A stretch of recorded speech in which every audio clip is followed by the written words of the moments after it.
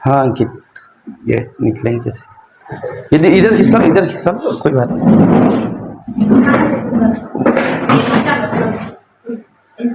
क्या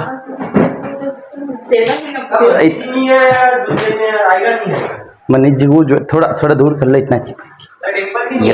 डिम्पल के एग्जाम है आज, थोड़ा स्पेस रहेगा ना तो अच्छा है। बस लो विशाल चलो, वो चल गए। चलो देखो, हम क्या पढ़ रहे हैं? संविधान संशोधन। और संविधान संशोधन में हमने महत्वपूर्ण पढ़ रहे जो इंपॉर्टेंट है। अब उसमें क्या क्या पढ़े हम? पहला, चौथा, सातवां, उसके बाद नौवा पढ़ा था। उसके बाद नौवा के बाद 15, सॉरी 10वां, 11वां, 24, 25, 26, 21वां भी पढ़ा था हमने। उसके बाद पढ़ा हमने 35, 36 और 42, है ना। 38, 39 पढ़ा और 31वां और 33वां। देखो अब आप क्या करेंगे पता है?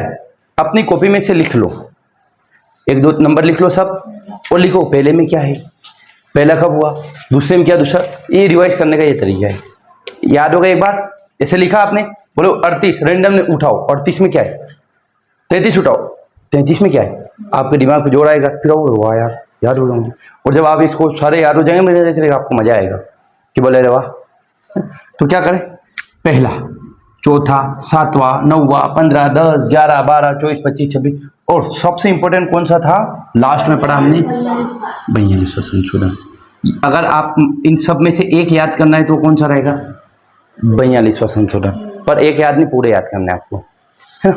42वां तो इतना इंपॉर्टेंट है कि आप मान के चलिए प्री मैथ्स इंटरव्यू हर एग्जाम में क्वेश्चन आता है। अच्छा 2 बार लिखा, हाँ 42।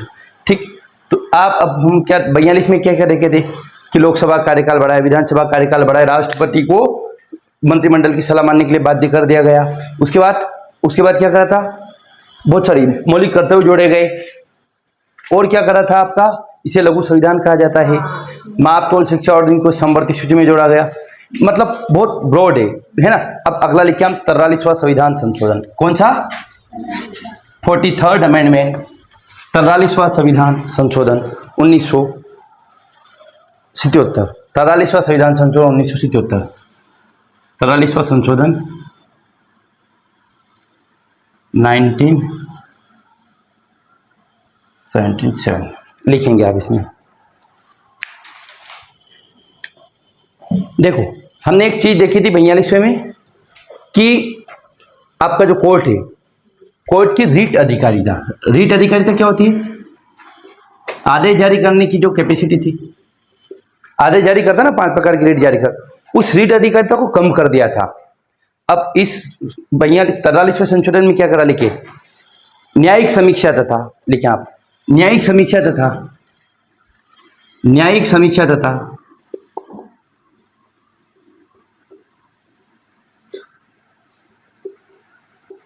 न्यायिक समीक्षा तथा रीट जारी करने के संदर्भ में, रीट जारी करने के संदर्भ में, रीट जारी करने के संदर्भ में सुप्रीम कोर्ट तथा हाई कोर्ट, सुप्रीम कोर्ट व हाई कोर्ट के, हाई कोर्ट को अधिकार वापस दिए गए, वापस दिए। पहले कम कर दिए थे, बाद में जैसे थे ऐसे ही कर दिए। हमने देखा था 42वें के रीट अधिकारिता और इसको कम कर दिया, न्यायिक समीक्षा को। अब क्या करा? ऐसा कैसा कर दिया। अब 44वां आएगा ना, 44वें में तो सब रिटर्न कर देंगे। ये 42वां का उल्टा है 44वां। जो 42वें में बदला ना, 44वें वापस जैसा जैसा कर दिया जैसे पहले था। दूसरी सरकार थी ना, इंदिरा गांधी जी की सरकार थी, फिर मोरारजी देसाई की सरकार आई, सरकारें चेंज हो गई, है ना। और एक और बात थी कि अगर कोई व्यक्ति राष्ट्र विरोधी गतिविधि कर रहा है तो उस पर कानून कौन बनाएगा? संसद। और उस संसद की न्यायिक समीक्षा नहीं होगी, उसको खत्म कर दिया, वो नहीं लिखेंगे आप।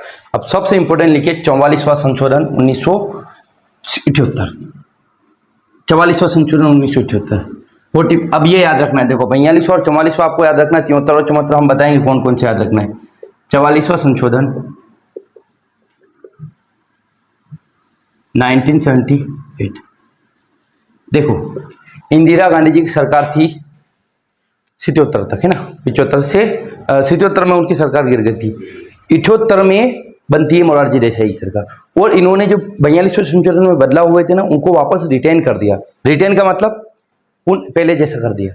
जैसे हमने बोल दिया अब क्लास आपकी 2 बजे लगेगी दिन में, अब 2 बजे ना घर के ना घाट के ना सुबह की ना शाम की, है ना, 1 महीने तक चलाई। फिर आप लोगों को परेशानी होने लगी, फिर हमने बोला कि हम वापस क्या करेंगे, सुबह ही लगाएंगे। वही तो क्या हो गया, 44वें संशोधन में 42वें चेंज करते उसको वापस रिटेन कर दिया गया। अगली बात समझ में क्या है? हाँ, 42वें में जो बदलाव करे थे उनको हम वापस 44 में जैसा का जैसा कर दिया। तो नंबर 1 लिखेंगे, लोकसभा और राज्यसभा, लोकसभा और विधानसभा का कार्यकाल, लोकसभा व विधानसभा का कार्यकाल, लोकसभा व विधानसभा का कार्यकाल 6 से 5 वर्ष कर दिया। टाइम 5 से 6 गया था, अब 6 से 5 कर, है ना। लोकसभा व विधानसभा का कार्यकाल 6 से 5 कर दिया। पहले कितना करा था, 5 से 6 करा था, अब 6 से 5 कर दिया। एक और चीज बताए थे हम आपको, कोरम व्यवस्था। कोरम कितना होता है, 1/10 किसका, सदस्य संख्या का। तो कोरम व्यवस्था को पहले जैसा कर दिया, कोरम व्यवस्था को समाप्त कर दिया था पहले। अब क्या कर दिया, कोरम व्यवस्था को, कोरम व्यवस्था को, कोरम व्यवस्था का मतलब होता है क्या, 1/10 सदस्यों की उपस्थिति, 1/10 सदस्यों की उपस्थिति। पूर्ववत, पूर्ववत, पूर्ववत मतलब पहले जैसा।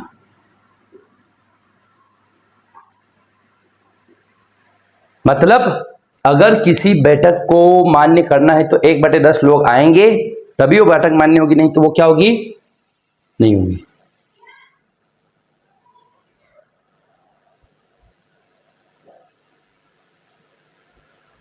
अच्छा, इसमें एक और चीज दी गई, इंदिरा गांधी जी ने क्या करा था, जो न्यूज वगैरह आती है ना संसद की और विधानमंडल की, उस पर क्या करे, प्रोटेक्शन नहीं था, मतलब उनके पास अधिकार नहीं थे। पर ये याद नहीं रखना है, इसके बाद अखबार को और इनको खबर चलाएंगे ये अधिकार दिया गया कि आप संसद की कार्रवाई देख सकते हैं, ये हमें याद नहीं रखना है। अब अगला पॉइंट लिखिए, काम का। राष्ट्रपति को, हाँ वो काम करना था, राष्ट्रपति को वापस बिल देखने का अधिकार दिया गया। पहले क्या था, बिल उनकी बाध्यता माननी है संसद की, हमने लिखा है था ना कि राष्ट्रपति को कैबिनेट की बाध्यता मानना जरूरी है। अब लिखिए, राष्ट्रपति को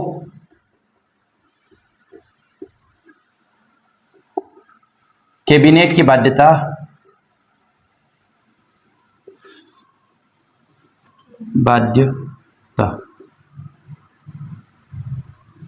मानने से, नहीं मानने का अधिकार, बाध्यता को खत्म किया गया, खत्म किया गया। पहले क्या था कि राष्ट्रपति को अगर कोई बिल भेजा तो आपको साइन करके देना ही। अब क्या है, एक बार राष्ट्रपति बोल देगा, बोले नहीं वापस लाओ तो वापस आएगी, है ना ये। अच्छा, यही भाषा लिखना है, बिल्कुल ये कि यही भाषा लिखना एज इट इज, हाँ बिल्कुल कोई प्रॉब्लम, टू द पॉइंट, फोकट बात, टू द पॉइंट। आप देखो, आपको अगर एग्जाम में लिखना है ना तो एग्जाम में इंसान बैठे, मशीन नहीं, चेक करेंगे ना कॉपी, तो उनको आप बहुत बड़ी भाषा लिखेंगे, क्योंकि बड़े बड़े प्रोफेसर हैं वो इंग्लिश अच्छी समझते हैं, या मान के चलिए हिंदी भी अच्छी समझते हैं। तो एक बच्चा जो है, जैसे आपने 3 इडियट मूवी देखी होगी, 3 इडियट मूवी में वो पढ़ने वाला बच्चा था, वो चतुर्लिंगन क्या नाम उसका, वो क्या करता था, बहुत बड़ी परिभाषा बोली इसकी, बोले इंजीनियरिंग की क्या परिभाषा है, तो उसने इतनी बड़ी, लेकिन रणछोड़ दास ने क्या बोले, रेंचो नहीं, क्या बोले, ये बोले इसका मतलब बताओ, तो लोगों को दिमाग खराब हो गया, बोले कुछ नहीं, राजू मेरा और मेरे दोस्त का नाम। तो उसने क्या बोला, ऐसी मशीनें जो हमारे काम को आसान करती है। लेकिन उनको सर को अच्छी नहीं लगी वो बात कि बोले रट के लाओ। लेकिन आजकल के टीचर्स अच्छे हैं कि आप जिस प्रकार से उसने आपके रेंचो ने बोली थी सामान्य भाषा, ऐसे आप सामान्य भाषा लिखिए, नहीं कि उसके रटने जैसी। अब आपने वो भी देखा हो, फिर वो स्पीच देने जाता है, क्या हो गया, वो चमत्कार को क्या कर दिया है, देखिए आपने 3 इडियट मूवी, वो ऐसा हो जाता है ना। हाँ, तो आप क्या करें, राष्ट्रपति सामान्य भाषा जितनी लिखेंगे उतना अच्छा रहेगा। कोशिश करें कि हम सामान्य भाषा ही लिखें, ज़्यादा संश्लिष्ट भाषा नहीं लिखना, ज़्यादा नेता नहीं बनना है। नेता लोग, दिक्कत ये है कि लोग नेता बनते, उड़ो बोलो हम ये करें, अरे ये कर लो यार, सामान्य कर लो, यही कर लो, नहीं यही पूरा पेपर कर लो, काम हो जाएगा आपका, है ना। अगला लिखिए आप। हाँ हाँ, तो राष्ट्रपति को क्या है, बाध्यता खत्म, मतलब अब कैबिनेट ने भेजा कि हम मध्य प्रदेश में क्या कर रहे हैं, शराब बंद कर रहे हैं। राष्ट्रपति हाँ करेंगे ना, तो वो बोल सकते हैं, बोले मैं हाँ नहीं करूंगा, फिर वापस चला जाएगा वो बिल के बाद, एक बार और देखो इसको। फिर अगर राष्ट्रपति के पास गया तो राष्ट्रपति को मानना पड़ेगा। एक बार गया मान सकते नहीं मान सकते, लेकिन पहली बार में मानना पड़ता था। अच्छा, दूसरी बार में सेम वो वही बिल भेज दिया तो भी मानना पड़ेगा उनको। राष्ट्रपति के पास इतना अधिकार नहीं दूसरी बार भी लौटा दे। मान के चलिए पहली बार राष्ट्रपति के पास कोई बिल गया कि बोले हम क्या कर रहे हैं, भारत में शराबबंदी कर रहे हैं, तो राष्ट्रपति बोलेंगे नहीं करना, देख के लाओ इसको वापस। बाद में वापस वो कोई 2 दिन बाद वापस लाए कि बोले हम शराबबंदी, तो राष्ट्रपति को साइन करना पड़ेंगे। लेकिन इंदिरा गांधी ने वही खत्म कर दिया, बोले पहली बार में साइन करना पड़ा, दूसरी बार का मौका नहीं, है ना, इसको वापस कर दिया। अब अगला पॉइंट लिखिए।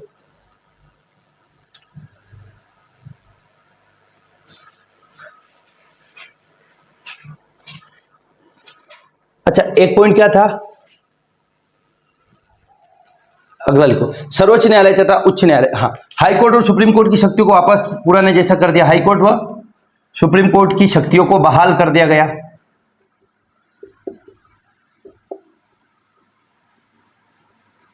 बहाल मतलब लौटा दिया गया।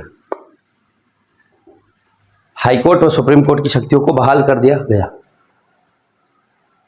और अब सबसे इंपॉर्टेंट पॉइंट लिखा रहा है आपको, बहाल मतलब लौटा देना, वापस कर देना, जैसा था वैसा कर देना। पहले कम कर दी थी शक्ति, है ना, सरकार ने, अब लौटा दी। अच्छा, पहले एक चीज थी आंतरिक अशांति, एक वर्ड था, बताएंगे वही बताएंगे। आर्टिकल 352 क्या लगता है इसमें, राष्ट्रीय आपात, राष्ट्रीय आपात लगता है। अब इस राष्ट्रीय आपात कब लगता पता है, एक चीज लिख रखी थी, देश में आंतरिक अशांति हो, आंतरिक अशांति, आंतरिक अशांति, ठीक। आंतरिक अशांति का मतलब क्या होता है पता है, इंटरनल डिस्टर्बेंस, और युद्ध हो जाए, कोई खराब परिस्थिति आ जाए, वो लिख रखा था। अब इंदिरा गांधी जी ने यूज करा इस वर्ड का, मिस यूज करा, केवल आंतरिक अशांति क्या। अब अच्छा, आंतरिक अशांति कौन तय करेगा, सरकार। तो अब आंतरिक अशांति तो ये भी हो गया, हम सरकार के खिलाफ बोल रहे तो आंतरिक अशांति हो गई, या हम हार रहे तो आंतरिक अशांति हो गई, आपातकाल लगा दो। तो इस वर्ड को हटा दिया गया और इसकी जगह एक नया शब्द, अच्छा, इस आंतरिक अशांति के नाम पे 1975 में देश में क्या लगा, आपातकाल लगा, मिसयूज करा शक्ति का। तो लोगों को लगा नहीं यार गलत है, तो फिर लिखिए, है ना, आंतरिक अशांति की जगह कौन सा वर्ड जोड़ा गया पता है, आर्म विद्रोह।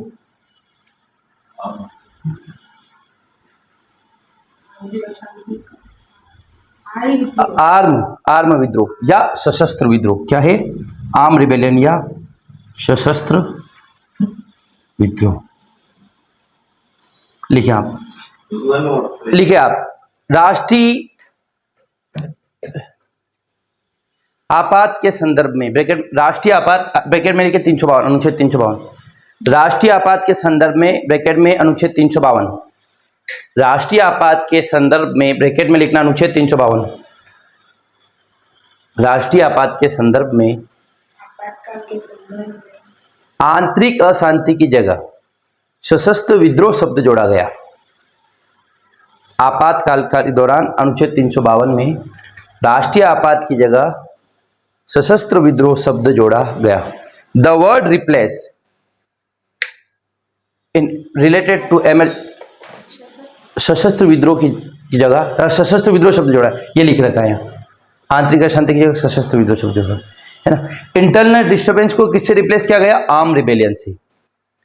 कि अगर आर्मी ने रिबेल कर दिया है, आर्मी मतलब सेना ने विद्रोह कर दिया, तब जाकर क्या करेंगे आप?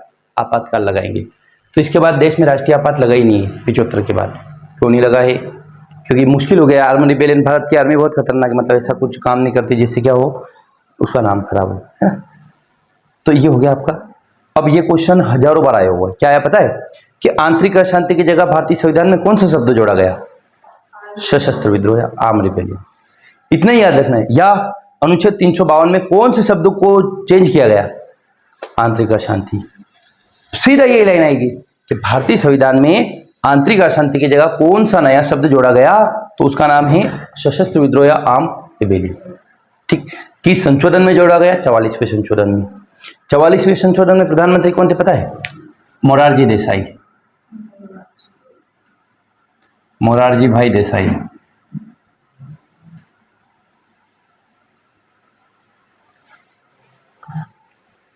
हाँ, और 1900 जो 42वें संशोधन हुआ उसमें कौन थी? इंदिरा गांधी, है ना। कौन थी? इंदिरा गांधी। हाँ, तो आंतरिक अशांति की जगह सशस्त्र विद्रोह शब्द जोड़ा गया, तो लिखिए आपातकाल में।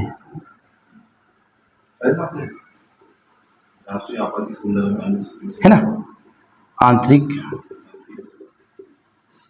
अशांति से सशस्त्र विद्रोह शब्द जोड़ो। आंतरिक अशांति की जगह सशस्त्र विद्रोह शब्द जोड़ा गया। ठीक। अब अगला लिखेंगे। दूसरी बात क्या थी पता है? अब 42वें संशोधन में क्या करा, हम इन दोनों की तुलना भी कराएंगे अभी। 42वें संशोधन में ऐसा था कि इंदिरा गांधी जी ने बोल दिया राष्ट्रपति को कि राष्ट्रीय आपात लगा दो, लगा दिया। पर 44वें संशोधन में क्या करा पता है आपको? कैबिनेट अगर लिखित सिफारिश देगा, मतलब लिख के देगा, तब आपातकाल लगेगा। तो लिखिए, पॉइंट लिखो तब समझ आ जाएगा ना। पॉइंट लिखो, राष्ट्रपति तथा राष्ट्रपति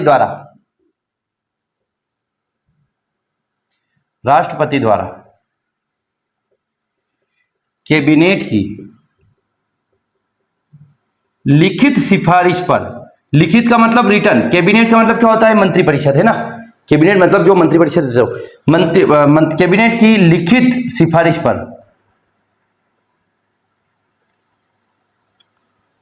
पर आपातकाल की घोषणा होगी। आपातकाल सिफारिश पर आपातकाल लगेगा। पहले क्या था पता है? 42वें में एक व्यक्ति ने बोल दिया आपातकाल लगा, लेकिन इसमें क्या करा गया? पूरी कैबिनेट लिखित देगी, अपने साइन नहीं करेगी तब तक आपातकाल नहीं लगेगा। तो इससे क्या होता है? सेंस ऑफ अकाउंटेबिलिटी आती है कि ऐसा नहीं हो सरकार ने अपने शक्ति का दुरुपयोग किया है। मंत्रिपरिषद में कुछ लोग बोले नहीं हमारी सरकार गिर जाएगी, तो जब तक वो सब साइन नहीं करेंगे तब तक लगेगा भी नहीं। तो आंतरिक क्या जोड़ा आपको? एक तो आंतरिक अशांति की जगह सशस्त्र विद्रोह जोड़ा, दूसरा क्या करा? कैबिनेट की लिखित सिफारिश को मैंडेटरी कर दिया गया। और एक और जो हम बता रहे हैं वो सबसे इंपॉर्टेंट है, वेरी वेरी मोस्ट आईएमपी, लिखिए आप, संपत्ति का मौलिक अधिकार।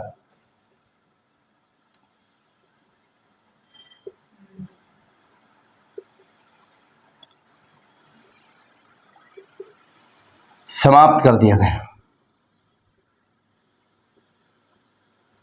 ये किसमें था? आर्टिकल 31 में संपत्ति का मौलिक अधिकार समाप्त कर दिया। वह इसे संपत्ति के अधिकार को क्या कायम में कर दिया पता है? इसे विधिक अधिकार बना दिया, लीगल, हाँ लीगल बना दिया गया। अनुच्छेद 300A। ये क्वेश्चन एमपीपीएससी 2024-25 में आया था प्री में। क्या संपत्ति का अधिकार वर्तमान में क्या है? कानूनी अधिकार है। विधिक और कानूनी एक ही होता है ना, कानूनी भी लिख सकते हो इसको। बोले आपने तो विधिक लिखा था, वहां कानूनी लिखा हुआ था, ये भी हो सकता है ना। तो संपत्ति का अधिकार वर्तमान में क्या है? विधिक अधिकार या कानूनी अधिकार। क्वेश्चन आ जाएगा कि संपत्ति का अधिकार वर्तमान में किस अनुच्छेद में? 300A, article 300A। आपको लगा वो ए पीछे लिख दिया। 300 मेरे को भी समझ में 300 समझ में आ गया। 300A किस आर्टिकल में है? 300A। तो संपत्ति का अधिकार कहाँ कर दिया गया? 300A में। ये जो बता रहे हैं ना आपको, ये पॉइंट इतनी इंपॉर्टेंट है कि आप मान के चलिए आना ही है ये। अगला भी इतना इंपॉर्टेंट है, 50 एग्जाम में आया हुआ है। आर्टिकल 20 व आर्टिकल 21, अनुच्छेद 20 व 21, ये क्या है? मूल अधिकार है ना। ये क्या है? मूल अधिकार है। अनुच्छेद 20 व 21 को आपातकाल के दौरान भी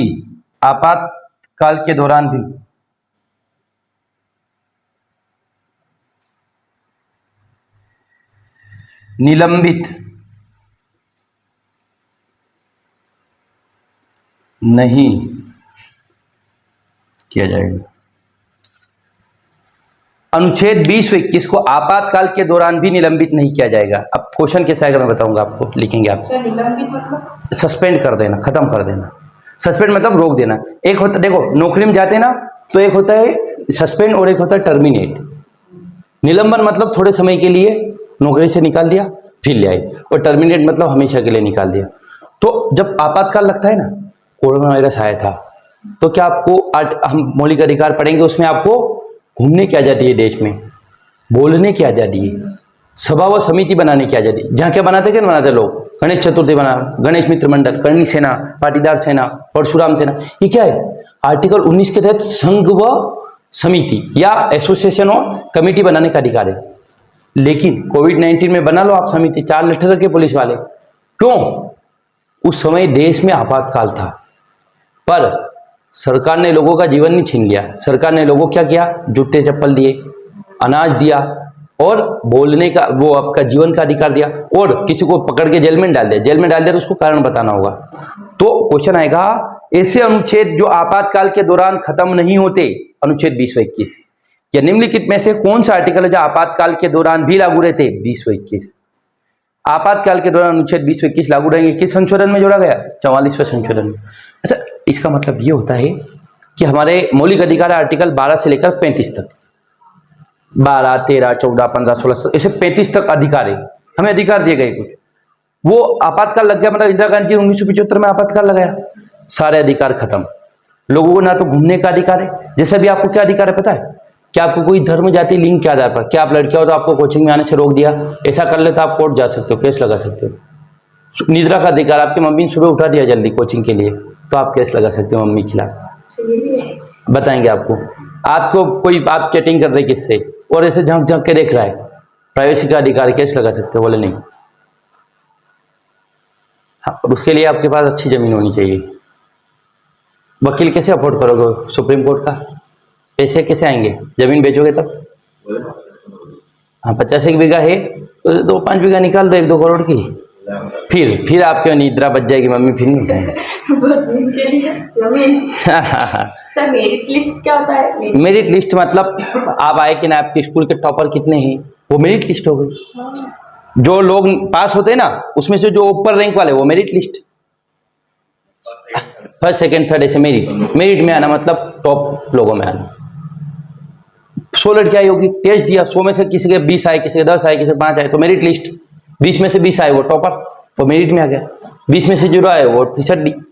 मतलब टॉपर की मेरिट लिस्ट नहीं, मेरिट सबकी बनती है, पर मेरिट लिस्ट में ऊपर के कुछ लोग आते हैं। कहाँ देखा मेरिट लिस्ट? अरे सब पढ़ा था पर पता नहीं चल रहा कि मेरिट का मतलब क्या होता है। किसी से पूछा था, उसको भी नहीं पता, मेरे को नहीं, क्या ही बता रही। नहीं। तो अरे अब आपके पापा को बोलो, फोन तो दिलाए आपको। बोल रहे दिलाऊंगा। वो बहुत सही है। पेरेंट, हमारे जो पेरेंट है ना, बहुत अच्छे हैं। क्यों अच्छे पता है? एक चीज के लिए, आजकल के जो पेरेंट है, आजकल के इन द सेंस की जो नए छोटे छोटे बच्चे, छोटा सा बच्चा हुआ कि उसको फोन दे दिया, रोया थोड़ा, साइकिल ला के दे दी, स्कूल बैग ला के दे दिया। पर जब पहले हुआ करता था, पहले इन द सेंस की कुछ समय पहले, या आज भी ऐसा हो, अगर आपको जो चाहिए वो हाथों हाथ मिल गया तो उसकी वैल्यू नहीं रहेगी, आप उसकी कदर नहीं करोगे। लेकिन वो आप घिस घिस के मिला, रो रो के मिला तो उसकी वैल्यू करो। साइकिल आपको पहली बार बोला दिला दी, नहीं मजा आएगा, लेकिन आप 1 महीने तक रोए, 2 महीने तक रोए, उसके बाद दिलाए आपको मजा ही आ जाएगा, है ना। तो आपके पापा आपको फोन नहीं दिला रहे, उसका कारण है कि उसको उस पैसे की वैल्यू रहे कि यार पैसा ऐसे ही नहीं आता है। हर चीज समय पे उपलब्ध करा देना मतलब उसकी वैल्यू खत्म कर देना। तो इसलिए जो सोचते हैं ना कि आपको नहीं मिलता, उससे आपको चीजों की वैल्यूएशन पता चलती है, तो वो भी अपनी जगह सही है। देखो हर व्यक्ति अपनी जगह सही होता है, हमें उसका पहलू देखना रहता है ना। चलो अगला देखें आप।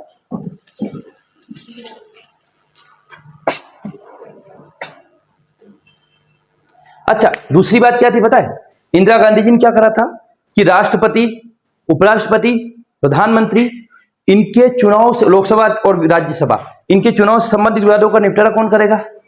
संसद। इसको हटा दिया, क्या अब न्यायपालिका ही करेगी। तो लिखिए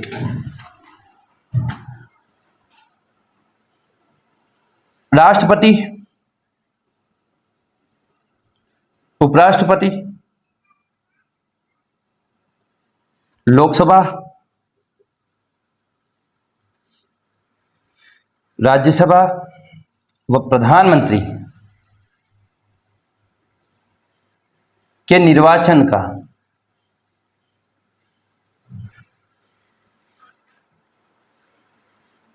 निपटारा, निपटारा मतलब उसको सॉल्व करना। सर आपने वो फोटोकॉपी नहीं कर दी? मैं भूल गया। अब सर्वोच्च न्यायालय ही करेगा। निर्वाचन का निपटारा? हाँ, निपटारा सर्वोच्च न्यायालय ही करेगा। नोट्स में और अच्छे वर्ड लिखे हैं तो वो भी देख लेना। हाँ, मतलब पहले कौन कर रहा था कि अगर इससे कोई भी दिक्कत हुई तो कौन सोल्व करेगा? कौन सोल्व करेगा? संसद करेगी।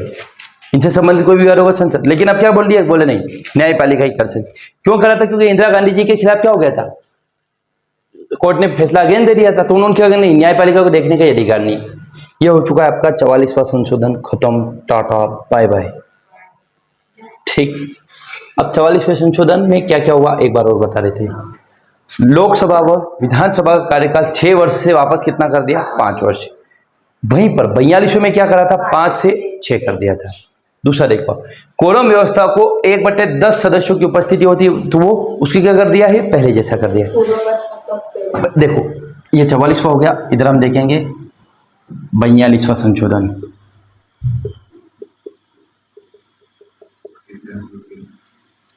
उन्नीस सौ छिहत्तर। यहाँ किसकी सरकार थी? इंदिरा जी गांधी। इन्होंने क्या करा था? लोकसभा और विधानसभा का कार्यकाल कितना कर दिया? 5 से। कोरम व्यवस्था को, कोरम को खत्म कर दिया। अच्छा, 42वें में क्या करा? देखो, लोकसभा विधानसभा कार्यकाल 5 से 6 कर दिया। इन्होंने क्या करा? 6 से 5 कर दिया। इन्होंने कोरम व्यवस्था को समाप्त कर दिया था। इन्होंने कोरम व्यवस्था क्या कर दिया? उपस्थित रखा कि हाँ कोरम व्यवस्था होगी तभी कोई बैठक मान्य होगी। अच्छा, इसे लघु संविधान कहा जाता है। क्या कहा जाता है? लघु संविधान, मिनी कॉन्स्टिट्यूशन। दूसरी बात, राष्ट्रपति को कैबिनेट की बाध्यता। यहां पर क्या हुआ था कि राष्ट्रपति को अगर कैबिनेट ने कोई बिल भेजा तो उस पर हाँ करनी ही पड़ेगी, तो राष्ट्रपति को बाध्य कर दिया। राष्ट्रपति जी क्या कर दिया? बाध्य। लेकिन यहां पर क्या कर दिया? राष्ट्रपति की बाध्यता को खत्म कर दिया। इन्होंने क्या करा? हाई कोर्ट व सुप्रीम कोर्ट की शक्तियां कम कर दी, रीट अधिकारी था। और इन्होंने क्या कर दी? सुप्रीम कोर्ट और हाई कोर्ट की शक्तियों को बहाल कर दिया, वापस कर दिया। इन्होंने क्या करा था? आंतरिक अशांति की जगह नहीं, आंतरिक अशांति से क्या कर दिया? शब्द को समाप्त कर दिया और क्या लेकर आए?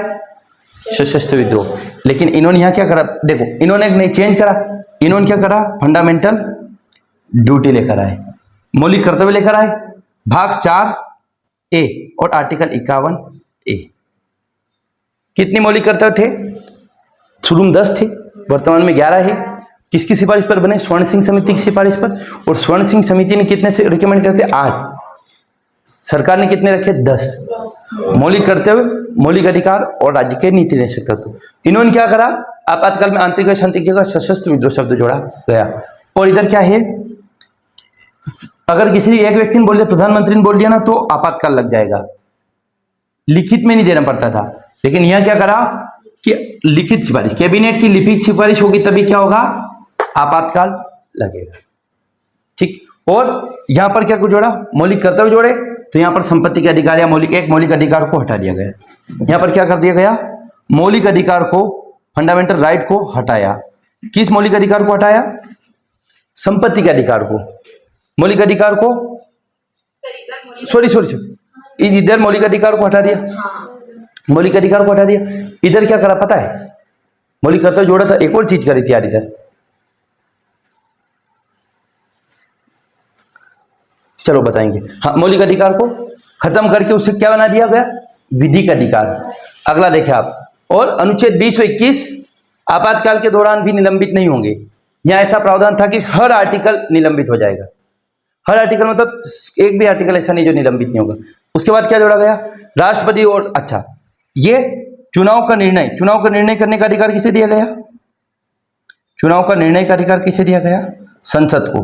यहां पर क्या कर दिया गया कि चुनाव का निर्णय कौन करेगी, नहीं, सर्वोच्च न्यायालय करेगा, कोर्ट करेगा, ये है ना। उसके बाद एक दो पॉइंट और देखे होंगे, वो इतना जरूरी नहीं। अगर आपको इतना सा आ रहा है, 10 नंबर का क्वेश्चन तैयार हो गया आपका, सिर्फ इतना सा। ये और ये क्वेश्चन ये भी आ सकता है, 42वें और 44वें संशोधन को तुलनात्मक रूप से लिखिए।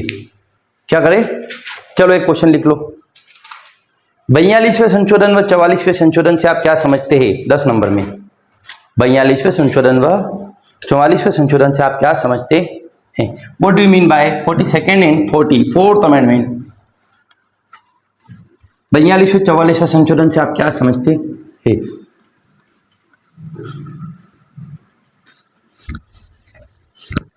42वें 44वें संशोधन से आप क्या समझते हैं, ठीक। अब अगला लिखो 50वां संशोधन, 15th अमेंडमेंट, 50 अमेंडमेंट। 50वां संशोधन 1984। अब सीधा हम कहाँ आ गए, 84 में, है ना। 78 के बाद 84 में आएंगे ना, 44 का 45 46 47 48 नहीं पढ़ना है। 50वां संशोधन 1984, 50वां संशोधन 1984।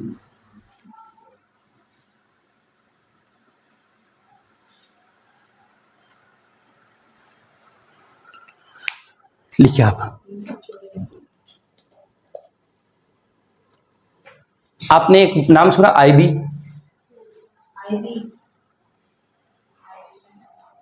सीआईडी, रो का नाम सुना, राजी मूवी देखी किसी ने, उंगली पकड़ के तो उन्हें चलना सिखाया था ना, आईबी का वो होता है, वो ब्यूरो क्या है, अरे यार इंटेलिजेंट ब्यूरो है ना,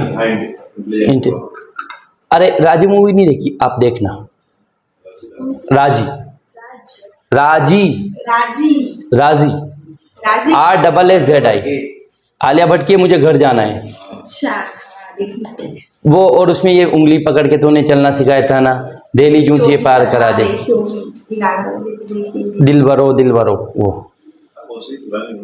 बहुत शानदार, 2015-20 के लगभग की होगी, उससे भी पहले की होगी, 18 19 20 की। चलिए अब इसमें क्या करा, 50 से संशोधन में हमें क्या दिए गए, मौलिक अधिकार। देखो अब मौलिक अधिकार पढ़ेंगे ना तो आपको ये रिलेट होगा ना, मौलिक अधिकार तो है। अब उस मौलिक अधिकार मतलब वो हमारी पास है, वो सरकार छीन नहीं सकती, उसी क्या वो व्यक्ति का व्यक्तित्व बना रहता है। मौलिक मतलब जीवन जीने के लिए जो चीजें जरूरी है, पर कुछ लोगों के लिए मौलिक अधिकार नहीं होते। किसके लिए, जैसे आपको धरना करने का अधिकार है, अधिकार तो नहीं है वो, लेकिन कर देते हैं लोग, है ना। धरना करने का अधिकार नहीं है किसी को भी, सरकारी लोगों को किसी को नहीं, है ना। हाँ, आपको घूमने का अधिकार है, आवागमन की स्वतंत्रता है, कोई भी बिजनेस करने का अधिकार है, और वाक व अभिव्यक्ति की स्वतंत्रता, बोलने का अधिकार है। आप सरकार के खिलाफ है, किसी के खिलाफ, मान के चलिए कोई व्यक्ति रो में है, रो का नाम सुना, रिसर्च एंड एनालिसिस विंग, ये सारी खुफिया एजेंसियां भारत की जो खुफिया काम करते, जैसे आपने धुरंधर मूवी देखी अभी आई, वो रो के ही लोग रहते ना, वहां पाकिस्तान में जाके भारत का काम करते हैं, है ना। खुफिया एजेंसी, धुरंधर मूवी भी देखना आप लोग दोनों, है ना। तो क्या हुआ, जो आईबी और रो के लोग हैं या खुफिया एजेंसियों के लोग हैं, उनके मौलिक अधिकारों को खत्म कर दिया कि उनके कोई मौलिक अधिकार नहीं रहेंगे। तो लिखें आप, संसद को खुफिया संगठनों या सशस्त्र आर्मी वाले का भी कोई अधिकार नहीं है ना, क्योंकि आर्मी धरना कर देगी, फिर देश की रक्षा कौन करेगा, बोले हमारी सैलरी बढ़ाओ, नहीं तो हम तो रक्षा नहीं करें, तो उधर से पाकिस्तान हमला कर दे। तो बोले आपका कोई अधिकार नहीं धरना वरना करने। लिखें आप, संसद को खुफिया संगठनों या सशस्त्र बलों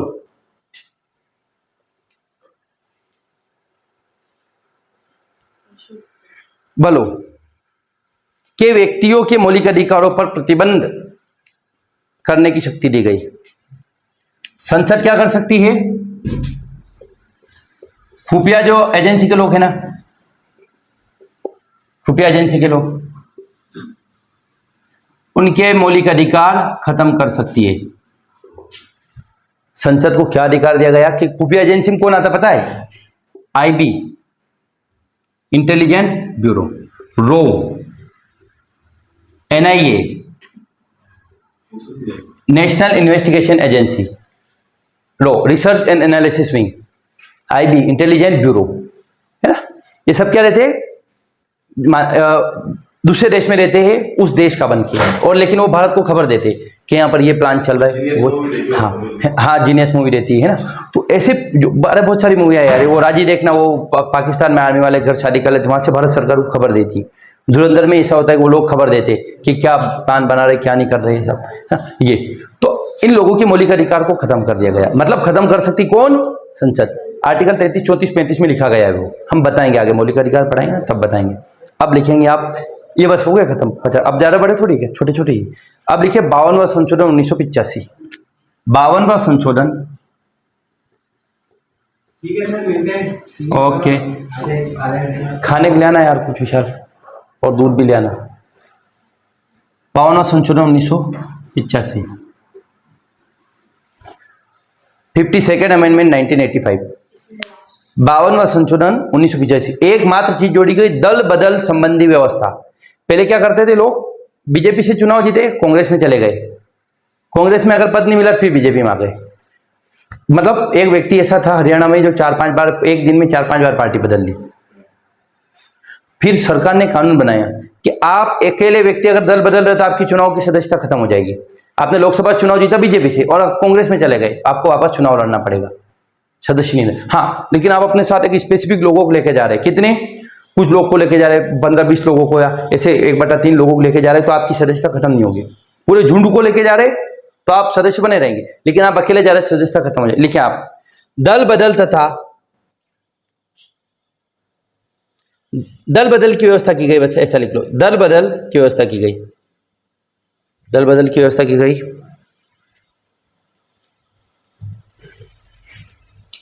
ब्रैकेट में लिखिए, है ना। आया राम गया राम, आया राम गया राम, आया राम गया, आया राम गया राम की राजनीति को रोकने के लिए दल बदल से संबंधित व्यवस्था क्या की गई? क्या आया राम गया राम की जो राजनीति, लोग आया गया, वो आया राम गया राम है, राम नाम था उसका। एक बार यहाँ आया, वहां गया, वहां गया। आया राम गया राम राजनीति को रोकने के लिए, आया राम गया राम राजनीति को रोकने के लिए। दल बदल की व्यवस्था ऐसे कि अगर कोई आपको दल बदल रहे हैं तो आपको अयोग्य ठहरा दिया जाएगा। अगर अकेला व्यक्ति मान के चले, मैं बीजेपी से चुनाव जीता और बीजेपी मुझे सिर्फ विधायक रखा, मैं मंत्री बनना चाह रहा हूं, और कांग्रेस वाले बोल रहे कि इधर आ जाओ हम आपको मंत्री बना देंगे, तो मैं बीजेपी छोड़कर कांग्रेस में चला गया। अब कांग्रेस में चला गया, लोगों ने मुझे क्या भरोसा किया था? बीजेपी का मान के मैं चला उधर गया, मतलब अपने हित के लिए। ऐसा लोग बहुत करते थे पहले, तो सरकार ने बोला कि खत्म करो। अब अगर आपकी वैल्यूएशन है, बहुत सारे लोग जा रहे हैं, तब जाके आपकी सदस्यता खत्म नहीं होगी, नहीं तो आपको खत्म कर दें। लिखिए ब्रैकेट में, संसद तथा विधान मंडलों के, हाँ अगला पॉइंट, संसद तथा विधान मंडलों के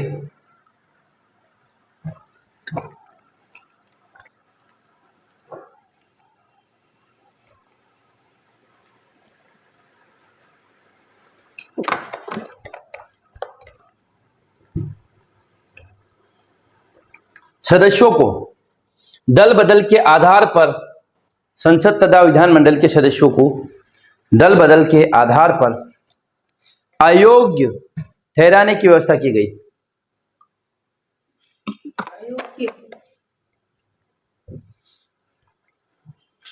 योग्यता नहीं, फोकटे मतलब वो। संसद तथा विधानमंडल के सदस्यों को दल बदल के आधार पर अयोग्य ठहराने की व्यवस्था की गई तथा अयोग्य मतलब डिस्क्वालीफाई व्यक्ति, अयोग्य ठहराने की व्यवस्था की गई। मतलब अगर कोई व्यक्ति दल बदल रहा है तो क्या हो जाएगा, अयोग्य हो जाएगा, उसकी सदस्यता खत्म हो जाएगी। आपके एमपीपीएससी देने के लिए 21 साल एज होनी चाहिए और क्या होना चाहिए, ग्रेजुएशन होना चाहिए। आप 12वीं होने पीएससी दे पाओगे, अयोग्य हो आप उसके लिए, है ना। या आपने दे ली मान के चले झूठ बोल के, फिर बाद में पता चला नहीं तो कैंसिल हो जाएगी ना आपकी सदस्यता। ऐसा अब लिखिए आप, इससे संबंधित संविधान में 10वीं अनुसूची जोड़ी गई। Very very most IMP. 9वीं अनुसूची कब जोड़ी गई थी, 1951 में। उसके कितने साल बाद, 32 साल बाद 10वीं अनुसूची जोड़ी गई, है ना, 34 साल बाद। लिखिए, संविधान में नई 10वीं अनुसूची जोड़ी गई। फिर क्या है संबंधित तो इससे संबंधित संविधान में 10वीं अनुसूची जोड़ी गई। अब क्वेश्चन ये आता है कि 52वें संशोधन संबंधित है किससे, 52वां दल बदल। सर वो 52वां अनुच्छेद है राष्ट्रपति। वो तो राष्ट्रपति से, अनुच्छेद और संशोधन में फर्क रखना है। और क्वेश्चन आएगा 52वें संविधान संशोधन में क्या करा गया। एक तो पहली बात तो 1985 में हुआ, ये एमपीपीएससी में 50 बार आया हुआ। 1985 में हुआ और 1985 52वां संशोधन 85। आपने क्या लिखा, सर आपने 1985 बोला, 85 और 1985 है ना। हाँ, तो 1985 में हुआ 52वां संशोधन। 84 पर भी था। अरे यार वो 50वां है प्यारे भाई मेरे, और ये 52वां है ना। तो 52वां संशोधन 1985 में हुआ और 10वीं अनुसूची जोड़ी गई। डायरेक्ट ये याद रखना है कि 52वें संशोधन, हाँ, और दल बदल संबंधित। तो लिखे, अगर 3 शब्दों में लिखना है तो ये दल बदल से संबंधित है। 10वीं अनुसूची जोड़ी गई, 10वीं, और 1985 में हुआ। बस इतना सा याद रखिए आप, ठीक। 52वां संशोधन। अब अगला लिखेंगे आप 58वां संशोधन 1987, 58th अमेंडमेंट 1987, 58वां संशोधन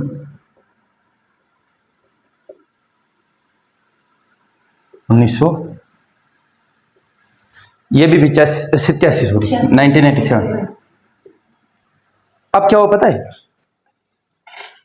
जब बड़े बड़े सुप्रीम कोर्ट की इनकी कार्रवाई होती थी ना, वो इंग्लिश में होती थी और सारा जो काम होता था ना वो इंग्लिश में।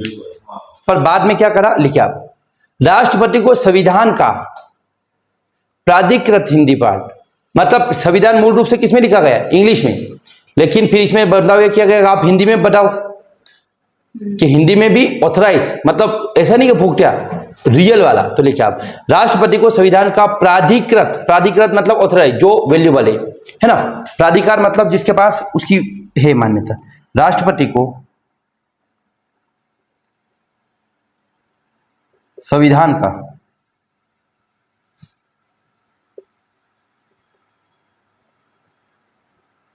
प्राधिकृत पाठ प्रकाशित, प्राधिकृत पाठ प्रकाशित कराने का अधिकार दिया गया। क्या आप क्या करोगे, हिंदी प्राधिकृत पाठ प्रकाशित कराने का अधिकार, हिंदी प्रकाशित हिंदी में कराने का अधिकार दिया गया, हिंदी में कराने का अधिकार। क्या आप हिंदी में क्या कराओ, प्रकाशित कराओ इसको। ये किस आर्टिकल में लिख रखा है, आर्टिकल 394, ये भी आ सकता है कि अनुच्छेद 394 संबंधित है, राष्ट्रपति संविधान को हिंदी में बताएंगे लोगों को, मतलब हिंदी में प्रकाशित कराएंगे। हिंदी में प्रकाशित करने का अधिकार 1987 में दिया गया। 58वां संशोधन हो गया 1987 में। क्या राष्ट्रपति क्या बोला, क्या आप संविधान का पाठ हिंदी में प्रकाशित कराएं, है ना, क्योंकि हिंदी वाले भी लोग हैं। अगला लिखिए 61वां संशोधन, वेरी मोस्ट आईएमपी। ये भी 50 नहीं याद रहे कोई दिक्कत नहीं, 58 नहीं याद रहे कोई दिक्कत नहीं, लेकिन 61वां और 52वां ये तो प्री में 50 बार आते हैं।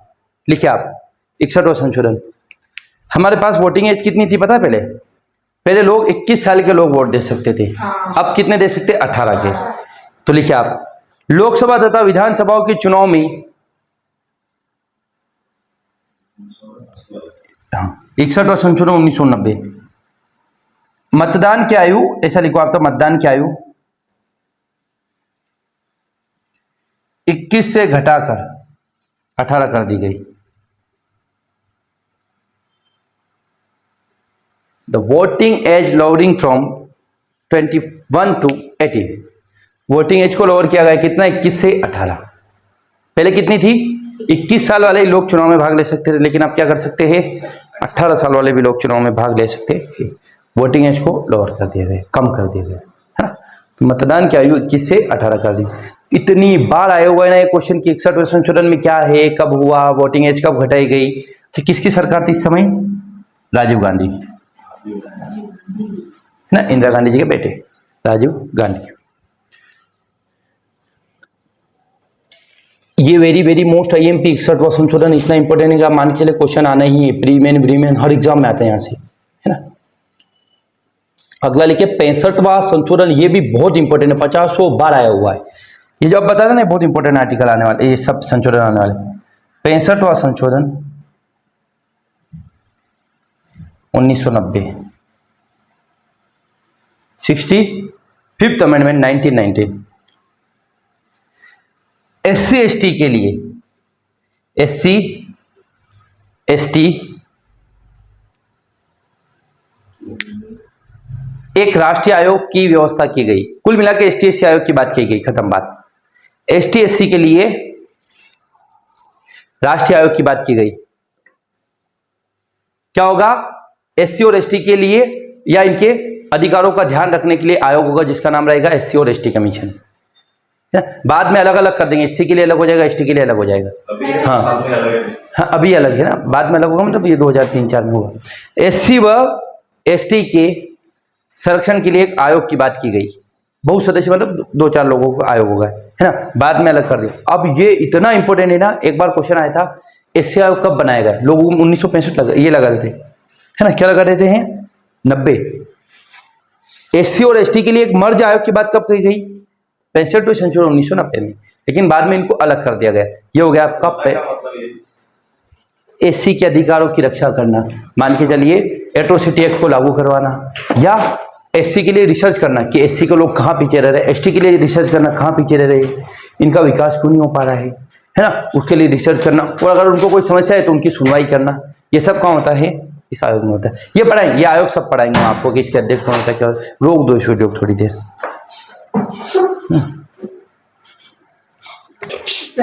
देखो आपको क्या करें पता है, प्री और मेंस के लिए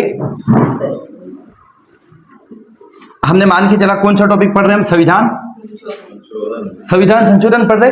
अब ये मेंस के लिए पढ़ रहे, लेकिन हमारे प्री में तो है ये। इसका 2 तरीका है, एक तो क्या है, लुसेंट की बुक ले आओ, कौन सी, ऑब्जेक्टिव की, ये ग्रीन कलर की आती, इनके पास है। ये वो है दूसरी, ये थ्योरी वाली, ये नहीं, इनके पास है वो। अब मान के चले हमने क्या पढ़ा, संविधान संशोधन पूरा टॉपिक हो गया, अधूरा हुआ तब नहीं, पूरा हो गया, और घर जाके 1 घंटा 2 घंटा लगेगा, इन सारे क्वेश्चन को देख लो।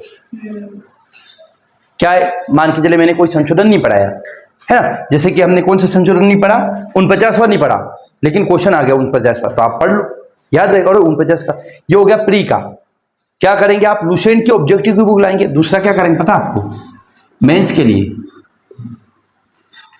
लिए, केवल और केवल कुछ नहीं करना है, अगर सारे PYQ ही कर लिया आपने MPPSC के प्रीवियस ईयर क्वेश्चन, MPPSC की वेबसाइट पर जाकर हमारे नोट्स में दे रखे हैं, अगर वही सॉल्व कर लिए, वही लॉ लिख लिए।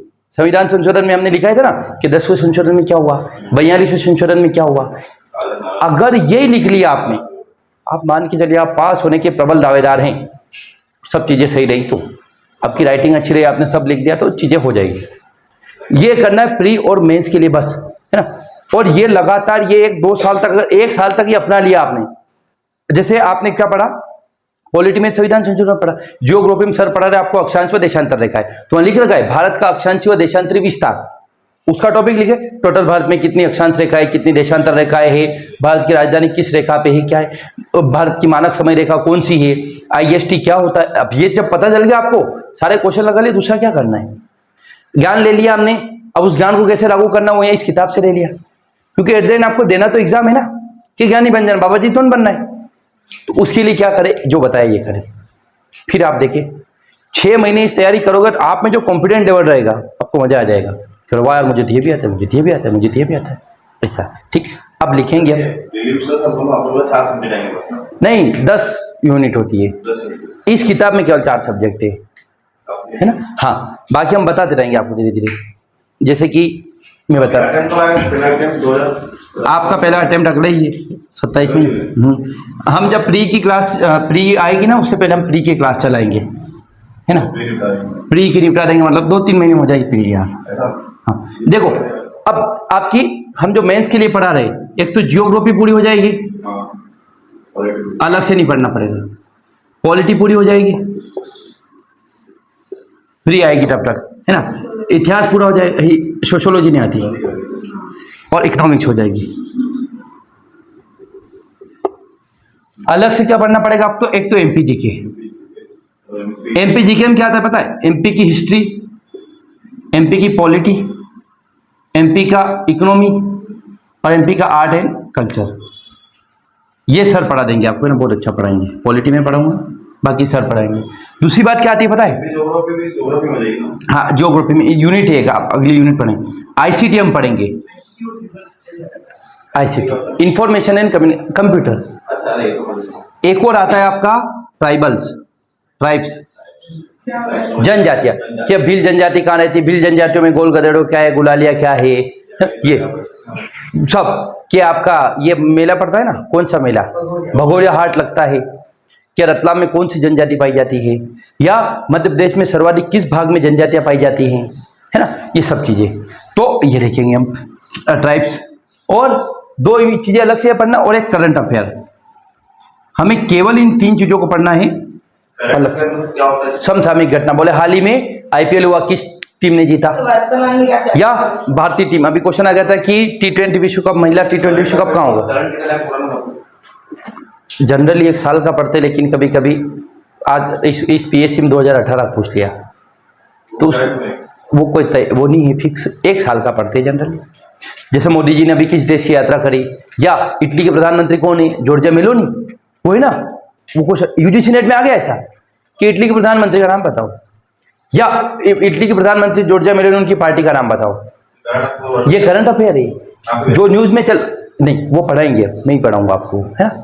तो ये अलग से, अरे मैं बोल रहा हूं जब ये पढ़ रहे ना, हाँ ये तब कारगर होगा जब आप ये करेंगे,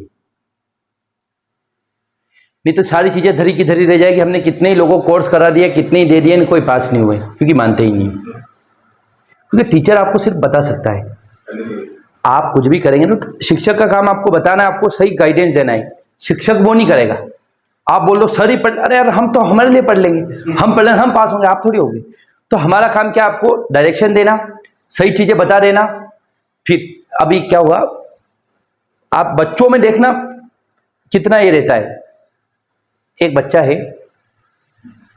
वो क्लास आता था पहले, बंद हो गया, है ना। बहुत ब्रिलियंट बच्चा है, पर एग्जाम पास हो रखा उस वो एक। अब बात ये आती है, मैंने बोला क्लास क्यों नहीं आ रहे हो, बोले सर अभी तो एग्जाम चल रही है मेरी। मैंने बोला ठीक है, एग्जाम खत्म हो जाए उसके बाद आना। फिर उसमें क्या बोला कि पीएससी मेरे से नहीं हो पाई, बोले क्यों, कि मेरे में वो काबिलियत नहीं है। मैंने बोला ये कैसे पता चला, और अभी 2 साल 3 साल बाद एग्जाम है, कि बोले नहीं सर मेरे से नहीं होगा। मैंने बोला आपको किसने बोल दी ये बात, किसी भोगटे आदमी ने बोल दी होगी, कि बोले थारती तो रहेगा, किसी ने बोले तेरे से तैयारी नहीं होगी। वो बेचारा बच्चा इतना कैपेबल है, किसको क्या पता है कौन क्या करेगा, और वो ऑनलाइन पढ़ रहा, वीडियो देख लिए। अब जब हम कुछ जो सोचते ना, ऐसे वीडियो आने लगते रील पे, क्या बोले एमपीपीएससी में तो 1 लाख देते जिसमें 100 लगते, उसको यूं ही घबरा गया बेचारा। जो हम जो सोचते हैं ना, उसको वैलिडिटी देने के लिए इंस्टाग्राम पे से वीडियो आते हैं। आप देखना कभी आप पास हो गए तो आपके पास खुशी वाले वीडियो आएंगे, इमोशनल है तो दुखी वाले वीडियो आएंगे। आप जो करते हो ऐसे वीडियो आते हैं। तो अब वो बच्चा बार बार देखेगा, क्या होगा, डिमोटिवेट हो गया। ये वही क्लास आता तो क्या होता, हम बता रहे, बोले नहीं गलत बात, ऐसा नहीं।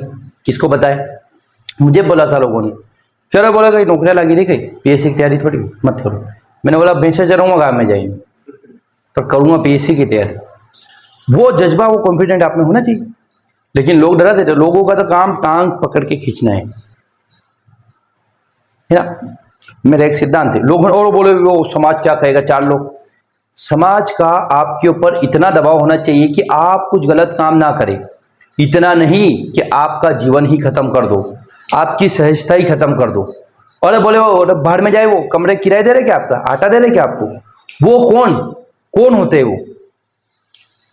समाज का किसी भी व्यक्ति के ऊपर दबाव नहीं होना चाहिए। ऐसा हाँ, गलत नहीं कर रहे हो, भले कम पढ़ने के लिए भेज रखा है माँ बाप ने और आप लड़कीबाजी कर रहे हो या यहाँ आके पढ़ नहीं रहे हो, मजे ले रहे हो, नहीं, वो करोगे तो फिर दबाव होना चाहिए। पर आप अपना बोले मैं अच्छे कपड़े नहीं पहन सकती क्योंकि वो क्या बोल देंगे, गलत बात।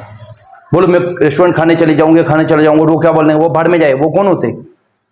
सहजता होनी चाहिए आप में, जो आपका मन करता हो करे। वो जनरली ये बोले वो क्या बोल देंगे, वो भाड़ में जाए, वो क्या बोलेंगे, वो ऐसा नहीं होना चाहिए ना। तो ये ऐसे रहेगा कि थे ना। ठीक, अब हम देखेंगे 69वां संशोधन 1991, 69th अमेंडमेंट 1991 है ना, 69th अमेंडमेंट 1991, 69वां संशोधन।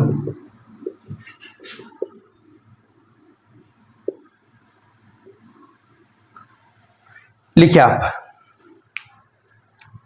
आपने एक चीज सुनी होगी, दिल्ली एनसीआर में बहुत कोहरा हो रहा है, सुना? दिल्ली एनसीआर में बहुत कोहरा रहे, वो आता है ना स्मोक, धुंधर आती है वो, कि दिल्ली एनसीआर में धुंधर हो रही, दिल्ली एनसीआर में इतने फटाके से ये हो गया, फलाना ढिमका। एनसीआर होता क्या है?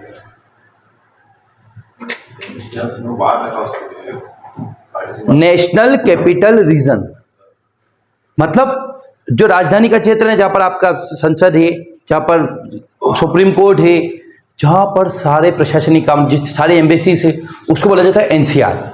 दिल्ली में तो नोएडा वगैरह भी आते हैं, लेकिन वो एनसीआर का हिस्सा नहीं है ना। तो दिल्ली एनसीआर मतलब नेशनल कैपिटल रीजन, एनसीआर का मतलब नेशनल कैपिटल रीजन। तो लिखिए आप, केंद्र शासित प्रदेश दिल्ली को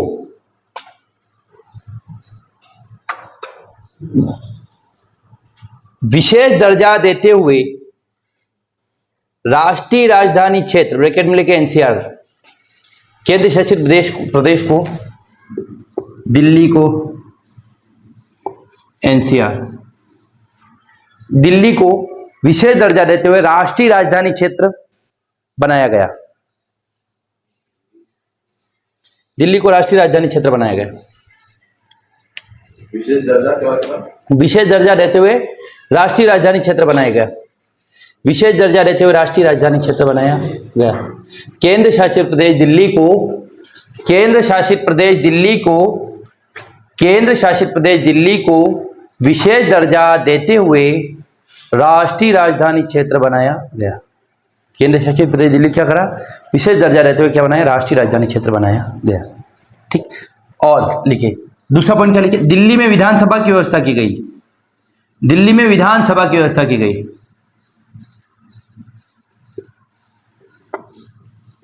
दिल्ली में विधानसभा की व्यवस्था की गई।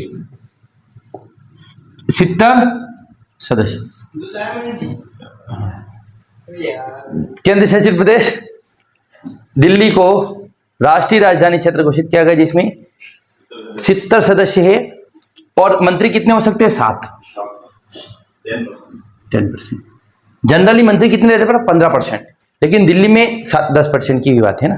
तो दिल्ली को राष्ट्रीय राजधानी क्षेत्र किया गया और दिल्ली में विधानसभा बनाई गई, जिसमें कितने सदस्य, 70। इतना याद रखे, बाकी कुछ याद नहीं रखना है। ये तो यार, अब ये विधानसभा मतलब कानून बनाने वाली असेंबली, विधान का, लोकसभा मतलब लोगों की सभा, लोगों का रिप्रेजेंटेशन। राज्यसभा मतलब राज्यों का रिप्रेजेंटेशन। राज्यसभा मतलब जिसमें सारे राज्य के लोग रहते। लोकसभा मतलब सारे लोग मिलकर प्रधानमंत्री बनते हैं। और विधानसभा मतलब जो कानून बनाती है राज्य में। 3 सभा मिलके फिर क्या बनता है, संसद। एक होती है संसद, यह है केंद्र में। क्या है केंद्र में, लोकसभा, राज्यसभा और राष्ट्रपति। केंद्र मतलब देश में, केंद्र मतलब सेंटर, पूरे देश के लिए। संसद होगी, संसद लोकसभा, राज्यसभा और राष्ट्रपति से बनेगी। ऐसे ही राज्य में क्या होगा, संसद पार्टी नहीं, संसद एक संस्था है जिसके अंतर्गत अलग अलग ऑर्गन आते हैं। अगला होता है आपका राज्य। राज्य में होता है विधानमंडल। क्या होता है, कर दो, राज्य में होता है विधानमंडल। विधान का मतलब होता है कानून बनाना। विधान मतलब कानून, लो, कानून बनाने वाला एक मंडल। मंडल मतलब लोगों को समूह।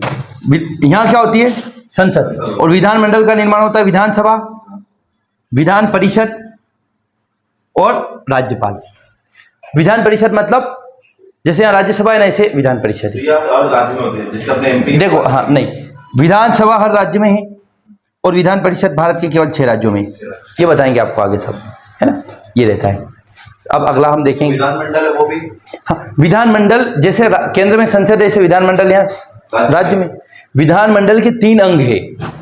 जैसे एमपीपीएससी कोई एक चीज नहीं, एमपीपीएससी एग्जाम लेती है, ऐसे विधानमंडल एक संस्था है, उसके अंतर्गत ये 3 चीजें आती है। उसका नाम है, इन तीनों को जोड़ने वाली सभा का नाम है ना। ठीक, अब अगला लिखिए 71वां संशोधन। ये आप ऑनलाइन पूछते थे, जाओ। विधानसभा, विधान परिषद और राज्यपाल। ऑनलाइन सर से पूछते, बोले क्या है, सर को समझ ही नहीं आता क्वेश्चन ऑनलाइन में, कि बोले क्या है, बोले कहना क्या चाहते हो। वाह, क्या रिंगटोन लगाई है, अरे सर वो दूसरे के लिए चेंज हो गई। बहुत अच्छी लग रही है, मजाक थोड़ी कर रहा मैं। अगला 71वां संशोधन 1992, वेरी मोस्ट टाइप है ना। अब ये जो है ना, 61 के बाद जितने भी पढ़ा है सब इंपॉर्टेंट है। ठीक, 50 और वो नहीं पढ़ना है, बाकी 61 के बाद 52, 61 ये सब इंपॉर्टेंट है। 71वां संशोधन ए अन्नी, इधर आ।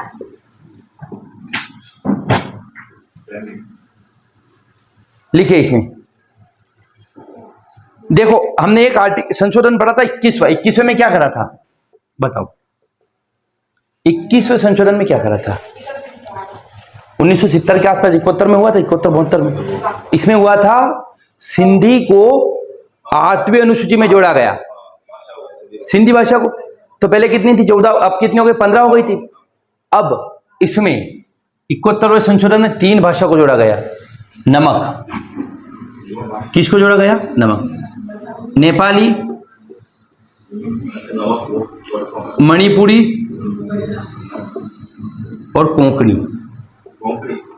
कोंकण जो गोवा वगैरह में बोली जाती है।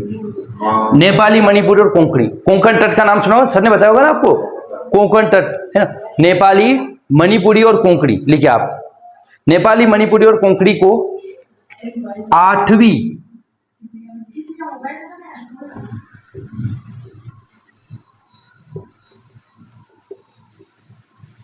अनुसूची में जोड़ा। नेपाली, मणिपुरी व कोंकणी को 8वीं अनुसूची में जोड़ा। हाँ, ये भाषाएं नेपाली, मणिपुरी और कोंकणी को 8वीं अनुसूची। बच्चे यार, 1992 में हुई, इसमें 3 भाषाएं जोड़ गई, नेपाली, मणिपुरी और कोंकणी। ये थोड़ी सी, पायल थोड़ा सा रोको तो इसको। हाँ जल्दी जल्दी, संशोधन खत्म हो चले जाना। ठीक, देखो 71वें संशोधन 1992 में क्या हुआ, 8वीं अनुसूची में 3 भाषाएं जोड़ी गई, नेपाली, मणिपुरी और कोंकणी। नमक, क्या जोड़ा गया, नमक। पहले सिंधी फिर नमक। ये याद रखना आपको, 8वीं अनुसूची में कौन कौन सी भाषा है। शुरुआत में कितनी थी 8वीं अनुसूची में, 14, फिर कितनी हुई 15, अब कितनी हो गई 18, और वर्तमान में कितनी है 22 है। 4 और जोड़ेंगे, महेंद्र सिंह धोनी बीड़ी पिलाएंगे, है ना, MS बीड़ी, मैथिली, संताली, बोडो, डोंगरी बताएंगे आपको, है ना। अगला लिखना आपको, सबसे मोस्ट IMP 42वें 44वें के बाद अगर कोई सा है तो वो है 74 और 74वां संशोधन। MPPSC में एक क्वेश्चन 110% फिक्स है, ये लिख लिया ना। अब लिखो 73वां संशोधन 1992। सर ये नेपाली, मणिपुरी भाषा है। हाँ, भाषा नेपाली, मणिपुरी और कोंकणी लिखेंगे आप। 73वां संशोधन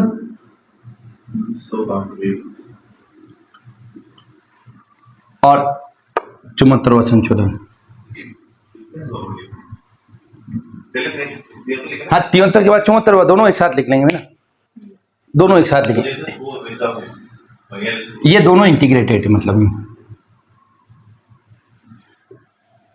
ठीक, ये है पंचायतों से संबंधित, पंचायतों को संवैधानिक दर्जा। यह है नगर पालिकाओं को संवैधानिक दर्जा।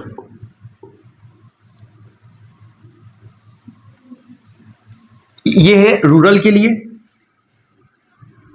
यह है अर्बन के लिए,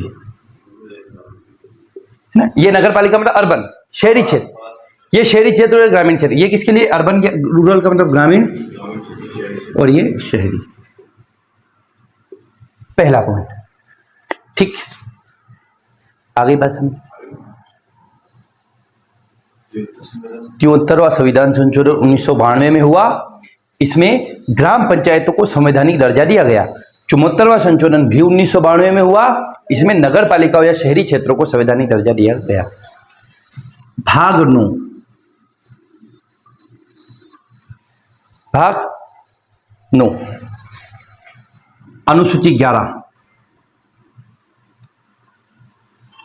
कहां जोड़ा इसको? भाग 9 में जोड़ा। कहां जोड़ा?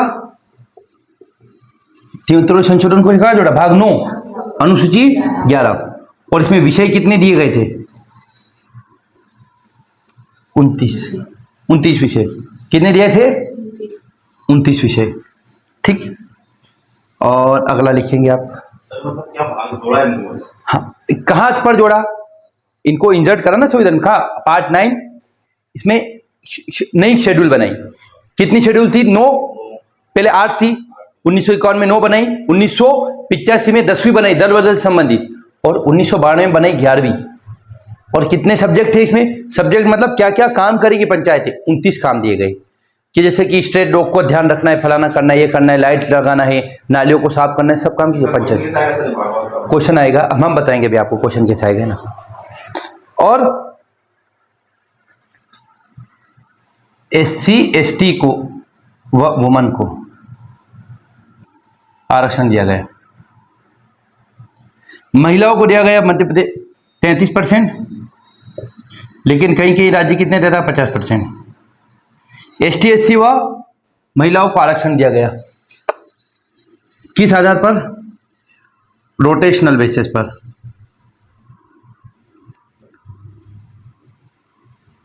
ST SC व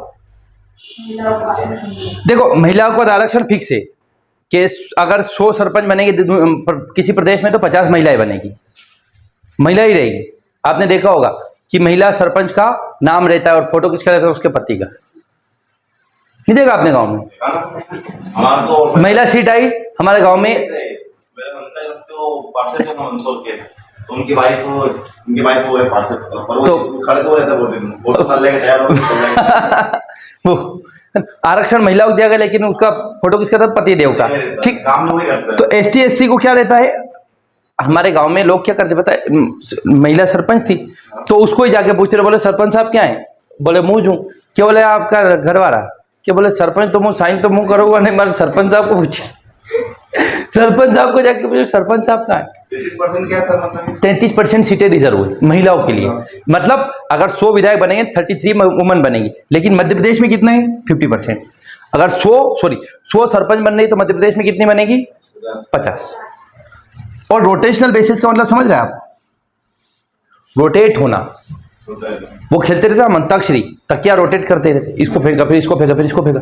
ऐसे ही एक बार ST को आरक्षण मिलेगा, एक बार SC को, एक बार ST को, SC ST SC वुमन, ऐसे। रोटेशनल का मतलब आपने देखा होगा कि महिला सीट आई है, SC सीट आई है, ST सीट आई है, रोटेट होता रहता है।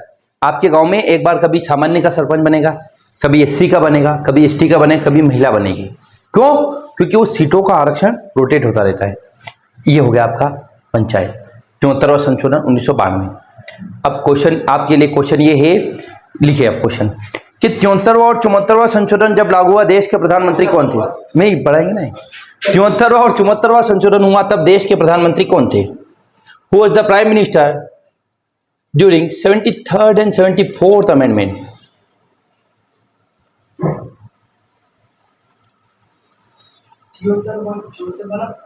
तिहत्तर और 74वें संशोधन के समय देश के प्रधानमंत्री कौन थे?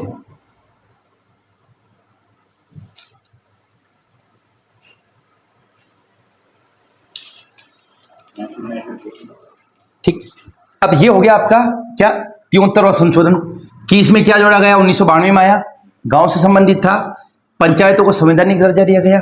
और भाग 9 में जोड़ा गया किसे? अनुसूची 11 को। क्वेश्चन आया था कि 73वें संशोधन के बारे में एक सही कथन का चयन कीजिए। इसे अनुसूची 12 में जोड़ा गया, इसमें 18 विषय दिए गए और इसे भाग 9 में जोड़ा गया। तो सही भी कौन सा? केवल भाग 9। बाकी इसे अनुसूची 11 में जोड़ा गया और विषय 18 है, 29 है। अब देखो नगर पालिकाओं को भाग 9A में जोड़ा गया। भाग 9A में जोड़ा गया। विषय है इनके, अनुसूची है इनकी 12। अनुसूची कौन सी है? 12। विषय कितने हैं? 18। विषय कितने हैं? 18। और इसमें भी आरक्षण होता है, इसमें भी SC ST और वुमेन का आरक्षण। ठीक, ठीक है ना। अब जो 73वां संशोधन है, इसमें त्रिस्तरीय पंचायत की बात कही गई थी। किसकी? थ्री टियर, त्रिस्तरीय व्यवस्था कही गई थी। अब त्रिस्तरीय व्यवस्था क्या होती है पता है आपको? क्या होती है? सबसे नीचे रहता है गांव, ग्राम पंचायत, फिर नगर पंचायत, नगर या जनपद है ना, और फिर जिला पंचायत।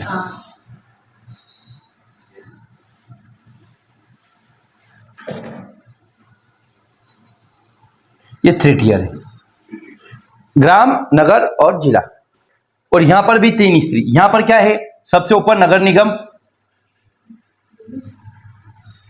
नगर परिषद और नगर पालिका। आ गई बात समझ में? क्या हुआ? ये कब देखना ऊपर ऊपर से बताओ।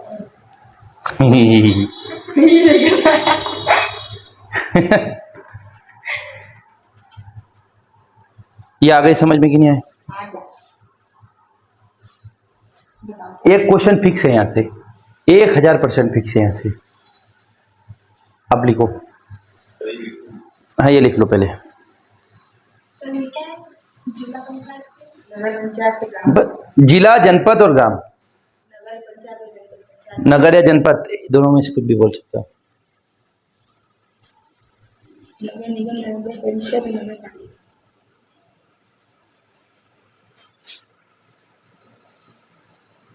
तो अपने अपने नगर पालिका है, नगर निगम रतलाम में नहीं, जिले में नगर निगम है। नहीं जिले में नहीं, जो बड़ा क्षेत्र है। मंदसौर जिला है लेकिन मंदसौर नगर परिषद है। नगर परिषद मध्य प्रदेश में टोटल 17 नगर निगम है और जिले 55 है। जनसंख्या है कुछ 5 लाख ऐसा कुछ जनसंख्या तो ये फिक्स तो है। बता सकते सर कि नगर निगम देखते हो। पढ़ाएंगे ना ये तो अभी तो आपको एक संशोधन पढ़ाए, ये तो टॉपिक है पूरा, ये पूरा टॉपिक है, ये पूरा टॉपिक है, इसके आर्टिकल है। अच्छा लिख लो, अच्छी चीज याद है। इसमें अनुच्छेद 243 से 243 ओ, किस अनुच्छेद में? 243 से 243 ओ। और इसमें कौन सा अनुच्छेद है? 243 पी से 243 जेड एच, ऐसा कुछ है, जेड एच पीजेड क्या है sir? P A B C D E F G H I J ऐसे। इसको हिंदी में लिखेंगे। अच्छा पी मतलब हिंदी, ये- क ख ग घ नहीं, अंग्रेजी में याद रखना है ना, इंग्लिश में। सर 243 243 से 243 ओ 15 आर्टिकल है। क्या पाव बोलेंगे? नहीं वो पढ़ना पड़ेगा हमें, क ख ग घ छ छ ज ऐसे आएगा। इस 243 ए ऐसे। अब क्वेश्चन आएगा, एक बार क्वेश्चन आया था 243 6 में क्या है, 243 के में क्या है, तो निर्वाचन आयोग की बात किएगा ना, पंचायतों का, तो इसे हम देखेंगे। आर्टिकल 243 एक ही आर्टिकल, उसको एक्सटेंड कर दिया गया कि शुरुआत के 15 सेक्शन पंचायत के लिए, आखिरी के 15 नगर पालिकाओं के लिए। एक बार आया था जिला योजना समिति कहाँ पे? 243 जेड डी है ना, पंचायतों में लोगों का आरक्षण कहाँ है? 243 डी, ऐसा क्वेश्चन आएंगे है ना। ये हो गया आपका 243 फ्री क्या है? ये भी 243 243 नहीं, पी से 243 से 243 ओ, और ये 243 पी से लगाकर 243 जेड एच। ठीक है, ये हो गया आपका 73 और 74 संशोधन खत्म। हाँ, अब अगला लिखेंगे। अच्छा एक पॉइंट लिखो, एक पॉइंट और लिखो। कितने बजे जाना है आपको? अभी 10:30 बज रही है सर, बस का नहीं पता टाइम, 11:30 पता नहीं, 11 बजे जाएंगे। हाँ, 11 बजे तक पढ़ा देंगे आप, है ना। हाँ अब एक और बात आती है, एक क्वेश्चन लिखो आप। 73वें व 74वें संशोधन को लागू करने वाले पहले 3 राज्यों के नाम। हाँ यार ये एक लाइन का है ये कि कौन से 3 राज्य थे। इतने 73 व 74 संशोधन को लागू करने वाले 3 राज्यों के नाम बताना है। उसमें एक लाइन आएगी कौन प्रधानमंत्री थे, और इसमें एक 3 नाम राज्यों के नाम आएंगे। इतने क्या हो गए। लागू करने वाले 73वें व 74वें संशोधन को लागू करने वाले प्रमुख 3 राज्यों के पहले 3 राज्यों के नाम बताना है सीक्वेंस में। एक और क्वेश्चन लिखो। भारत में स्थानीय स्वशासन के जनक कौन है। कल ही बताया था परसों।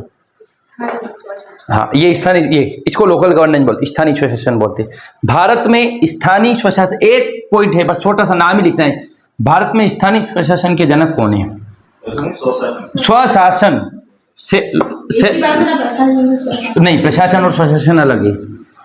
प्रशासन का मतलब होता है एडमिनिस्ट्रेशन, और स्वशासन का मतलब होता है खुद के ऊपर शासन। दोनों डिफरेंट। स्थानीय स्वशासन के जनक कौन है। देखो ये सारे क्वेश्चन है, ये PYQ है, सारे PYQ। हाँ 500 तक में आ जाएगी लुसेंट की बुक। 400 रुपये 450 आए, ज्यादा नहीं। ठीक है इनके पास ये बताओ तो अंकित उनको वस्तुनिष्ठ हो। अरे मेरे पास थी, मैंने बच्चों को दे दी। एक तो मेरा इतना बड़ा दे लेके मैं किसको दे दूंगा। यहाँ पढ़े इतना पढ़ा रहता आप लोग पढ़ते सारे, मैंने बता दिया है ना। अब अगला लिखो आप। 74 हो गया।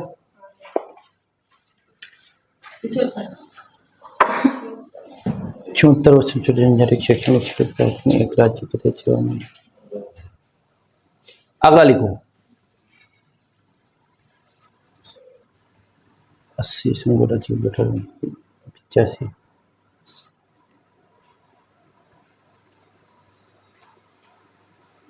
86वां संविधान संशोधन लिख लो सीधा। 86th amendment.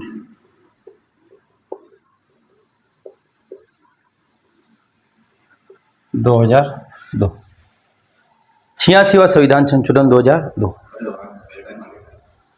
86th अमेंडमेंट 2002 लिखे इसमें। अनुच्छेद 21A के तहत आर्टिकल 21A, अनुच्छेद 21A के तहत ये मतलब सही होगा। 21A के तहत 6 से 14 वर्ष के बच्चों के लिए, 6 से 14 वर्ष के बच्चों के लिए अनुच्छेद 21A। कितने साल के बच्चे। 6 से 14 वर्ष के बच्चों के लिए निशुल्क व अनिवार्य शिक्षा मौलिक अधिकार होगा। 6 से 14 वर्ष के बच्चों के लिए निशुल्क व अनिवार्य शिक्षा मौलिक अधिकार होगा।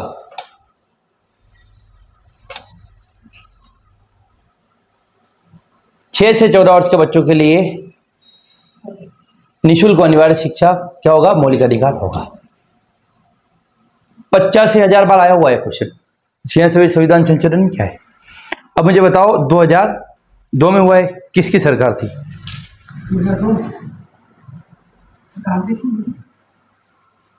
अटल बिहारी वाजपेयी की। कांग्रेस 2004 से 2014 तक रही। अटल बिहारी जी वाजपेयी रहे थे 1998 से 2002 तक, है ना। अटल बिहारी जी वाजपेयी की थी सरकार। एक क्वेश्चन मुझे बताओ, लिख लो। सुशासन दिवस कब मनाया जाता है। सुशासन, गुड गवर्नेंस डे। सुशासन दिवस कब मनाया जाता है।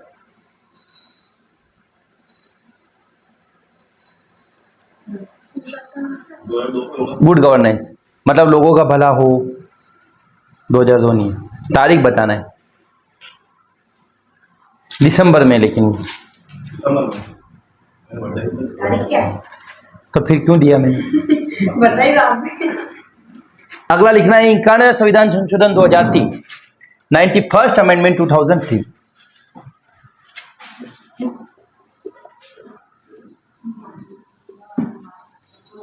करीब आ गए।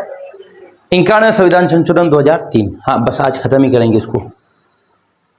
केंद्र व राज्यों में मंत्री परिषद की संख्या सीमित कर दी गई। केंद्र व ये भी बहुत इंपॉर्टेंट है भैया, वो बहुत इंपॉर्टेंट है। राज्यों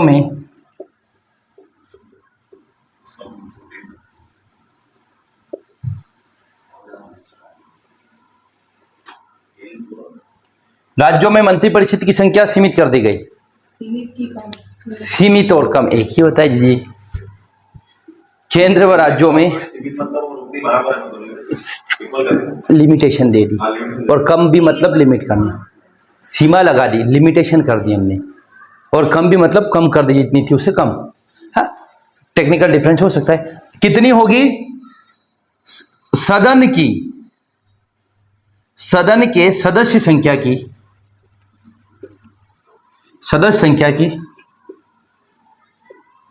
के 15% से अधिक मंत्री नहीं हो सकते। एमपीपीएससी में क्वेश्चन आया हुआ, असिस्टेंट प्रोफेसर में, एमपीपीएससी प्री में, कि मध्य प्रदेश में विधानसभा में अधिकतम मंत्री कितने रह सकते? 15%। किसके? विधानसभा के 15%। तो कितनी कैप है? 15%। मंत्रिपरिषद कितने रह सकते हैं? सदस्य संख्या का 15%। पहले कितने भी रह सकते थे, जैसे हमारे यहाँ पर 230 है, 230 का 15% निकालो, आप तो 200 का 10% निकाल लो। 200 का 10% 20, हाँ 200 का 5% 10, 30, और फिर बस ये 30, 32, 34 रहते हैं ना, 15% तक रहते हैं। ठीक, 15% से ज्यादा नहीं हो सकता। हाँ, कम हो सकते। अब कम कितने? कम मिनिमम 12 मिनिमम। कम कितने हो सकते हैं? 12, मिनिमम 12। लेकिन दिल्ली में तो 7 है, तो जो छोटे राज्य वहां कम भी रह सकते हैं। एक्सेप्शन है ना, दिल्ली वगैरह एक एक्सेप्शन है। और मिनिमम कितने रह सकते हैं? 12 होंगे तभी वो मंत्रिपरिषद बनेंगे। है किसको? अपवाद एक्सेप्शन। दिल्ली पुडुचेरी वगैरह में इनमें कम है सदस्य संख्या। कितनी? दिल्ली और पुडुचेरी में, पांडिचेरी में क्या है? विधानसभा है, तो वहां पर तो है ही 20 सीटें है, 15 सीटें। तो मंत्रिपरिषद कभी 5 हो रहा है, कभी 7 हो रहा है, ऐसा हो सकता है। ये हो गया आपका क्या? 91। अब लिखेंगे 93वां संविधान संशोधन 2005। तो इसका उन्होंने 19 वाला है, इसमें मतलब क्या हो सकता है ये मंत्री? इसका मतलब ये होता है कि देखो, हमारे पास 100 लोग चुनाव लड़ रहे हैं। हमने बताया था ना भारत में सरकार कैसे बनती है। उसमें मोदी जी जाएंगे, कहाँ जाएंगे? राष्ट्रपति के पास, और सरकार का दावा करेंगे, उसमें से अपनी मंत्रिपरिषद बनाएंगे, जो खास लोग हैं, बाकी सब अलग रहेंगे। तो 100 लोगों ने चुनाव है, 100 लोग क्या है, किसी पार्टी के पास है। अब 100 में से मंत्री कितने बन? मंत्री कौन? मंत्रिपरिषद किसे कहा जाता है? जो सारे काम करती है। तो ये कितने हो सकते हैं? 100 में से 100 हो जाएंगे का? नहीं, 100 में से 15% होंगे केवल। कितने? 100 का 15%। कितने होंगे? केवल 15। ये होता है मंत्रिपरिषद की संख्या। तो हमारे यहाँ पर मंत्रिपरिषद देखो, केंद्र की अगर बात करें तो टोटल कितनी सीटें लोकसभा में? 543। 543 का 15% निकालना हमें, तो कितना आता है? 273 नहीं, 73। 273 तो वो आता है 50% प्लस 1। 73 के आसपास 81 या ऐसा कुछ आता है, 81 या 82 ऐसा कुछ है ना, मुझे याद नहीं है। इतने 15% किसके? इसका। मध्य प्रदेश में कितने? 230। तो 230 का 15% निकाल लो। 1 0 से 1 0 काटो, 5 या 15, 5 दूनी 10, है ना, फिर निकाल लो जो भी है। ठीक है, अब लिखो आप 93वां संविधान संशोधन 2015। क्वेश्चन आएगा नहीं, क्वेश्चन ये आएगा कि मंत्रिपरिषद की अधिकतम संख्या कितनी होती है? 10%, 15%, 20%, 25%। या मंत्रिपरिषद की संख्या 15% तय कब की गई? 91वां संविधान संशोधन 2003। या मध्य प्रदेश में मंत्रिपरिषद कितने हो सकती है? 15%। बस ये हम आपको भेजेंगे आज क्वेश्चन कैसे आया था, है ना। अगला देखेंगे आप 93वां संविधान संशोधन 2005। बहुत करीब आ गए हम खत्म करने के ना।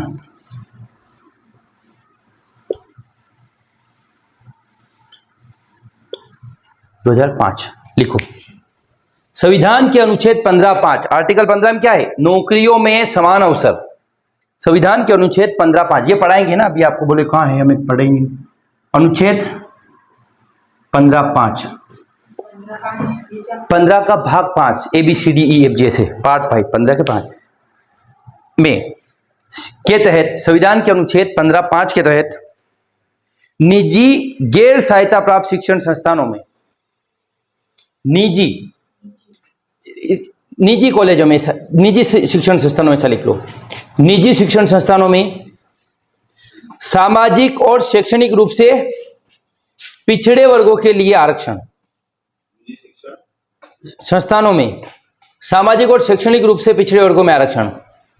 कुल मिला के जो पहले आरक्षण मिलता था किसमें? केवल गवर्नमेंट कॉलेजेस में, लेकिन अब क्या हो गया? प्राइवेट कॉलेज में भी आरक्षण मिलेगा ST SC और वुमन को, जो सामाजिक और शैक्षणिक रूप से पिछड़े हैं उनको, EWS को। सामाजिक और शैक्षणिक रूप से पिछड़े ऐसे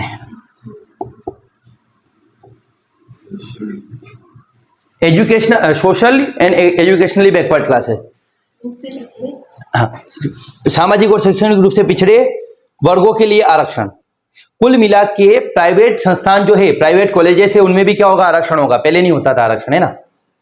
ठीक, आरक्षण ब्रैकेट में लिखना है। इसमें अल्पसंख्यकों के शिक्षण संस्थान शामिल नहीं है। अल्पसंख्यकों के शिक्षण संस्थान शामिल नहीं है।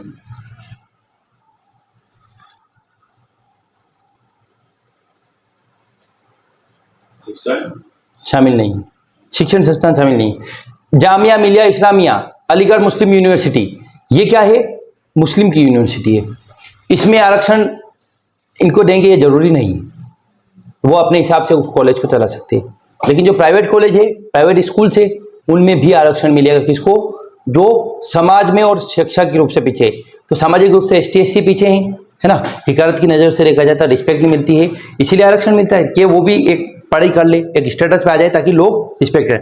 पैसे वाले की रिस्पेक्ट करते, खत्म बात। लोग भले आप सामान्य पैसे नहीं है तो बड़े फोकटे आदमी है ना, ऐसा रहता है। विधायक के ऊपर, विधायक का कभी देखते लोग SC है ST है, वही गरीब होगा तो देखते बोले ये तो ये है, और बोले इसके वहां जाना। अगर विधायक हो, बड़ा आदमी हो गया तो कलेक्टर हो गया कोई, तो है ना? तो ये रहता है। अब अगला लिखेंगे आप, 97वां संविधान संशोधन 2012। देख सोचिए, बस आ ही गए हम अंतिम, घबरा गए।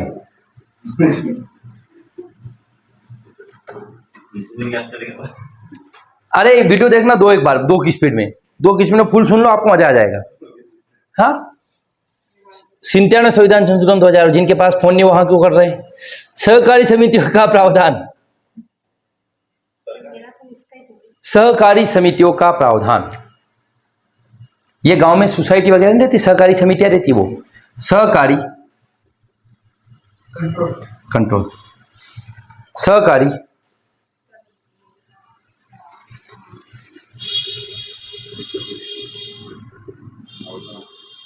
The provision for cooperative society. और कहां जोड़ा गया इसे पता है? भाग 9B। 9A में क्या था?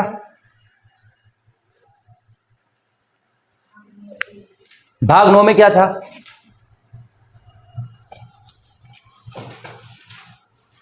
बताओ। नगर पालिका संशोधन सर्वोदय कर रहे हैं, भाग 9 है। ग्राम पंचायतें थी ना, 9A में क्या थी? नगर पालिकाएं थी, और 9B में क्या है? कोऑपरेटिव सोसाइटी ना। लिखे आप, सहकारी समितियों को अनुच्छेद 19 के तहत मौलिक अधिकार बनाया गया। वेरी वेरी मोस्ट है MP। हाँ, सहकारी समितियों को अनुच्छेद 19 के तहत मौलिक अधिकार बनाया गया। 19 में मौलिक अधिकार बनाया गया। और भाग 4 के तहत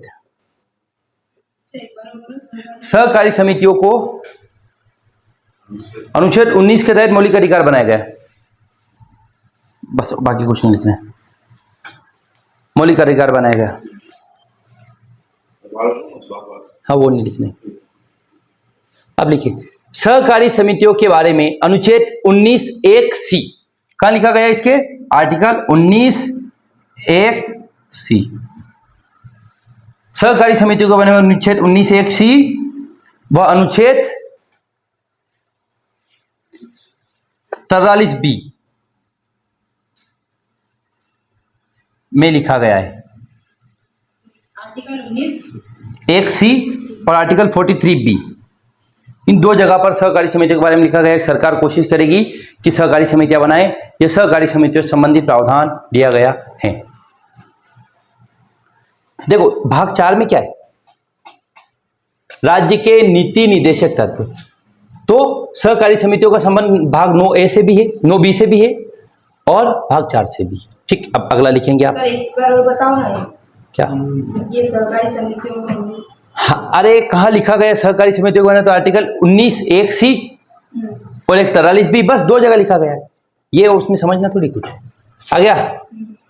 जी आपके है कि ना है कंप्लीट? ठीक है, अगला लिखो। 99वां संविधान संशोधन 2014, 19th amendment 99th amendment 2014। Modi ji की आ गया आप है ना, मोदी जी की सरकार आ गई।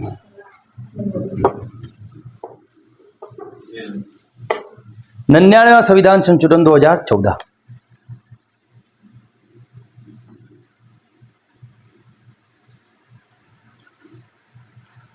हमने आपको एक चीज बताई थी, राष्ट्रीय न्यायिक नियुक्ति आयोग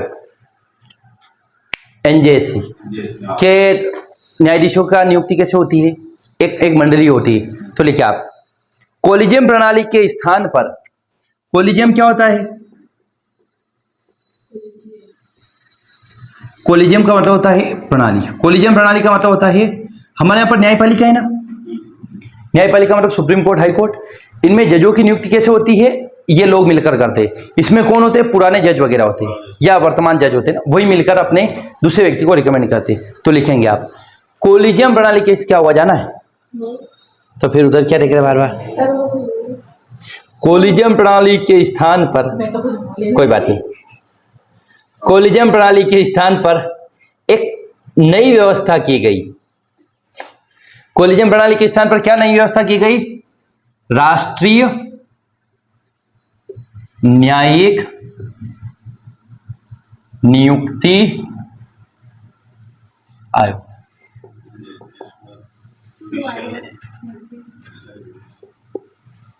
कोलिजियम प्रणाली के स्थान पर एक नई व्यवस्था की गई, राष्ट्रीय न्यायिक नियुक्ति आयोग का प्रावधान किया गया। क्या किया गया? नेशनल जुडिशियल अपॉइंटमेंट कमीशन का प्रावधान किया गया। राष्ट्रीय न्यायिक नियुक्ति आयोग का प्रावधान किया गया। मतलब कोलिजियम में क्या होते थे? सारे जजेस लोग ही क्या करते थे? फैसला देते थे। लेकिन अब क्या कर दिया है, मतलब उस समय 2014 में, कि कौन होगा? एक आयोग होगा। इसमें कौन होगा? प्रधानमंत्री होगा, कैबिनेट मंत्री होगा, सुप्रीम कोर्ट के जजेस होंगे और एक न्यायविद होगा। मतलब विधायिका और कार्यपालिका का फ्यूजन हो जाएगा, मिल जाएगी। तो सुप्रीम कोर्ट ने इसे अवैधानिक घोषित कर दिया। लेकिन बाद में इसे सुप्रीम कोर्ट ने लेकिन बाद में इसे सुप्रीम कोर्ट ने असंवैधानिक घोषित कर दिया। लेकिन बाद में इसे सुप्रीम कोर्ट ने असंवैधानिक घोषित कर दिया। सुप्रीम कोर्ट ने क्या करा? असंवैधानिक घोषित कर दिया। सुप्रीम कोर्ट ने अनकॉन्स्टिट्यूशनल डिक्लेयर कर दिया। लेकिन बाद में सुप्रीम कोर्ट ने इसे असंवैधानिक घोषित कर दिया।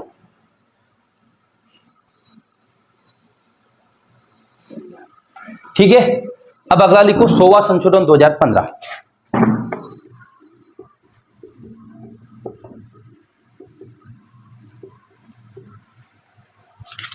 100वां संशोधन 2015। भारत व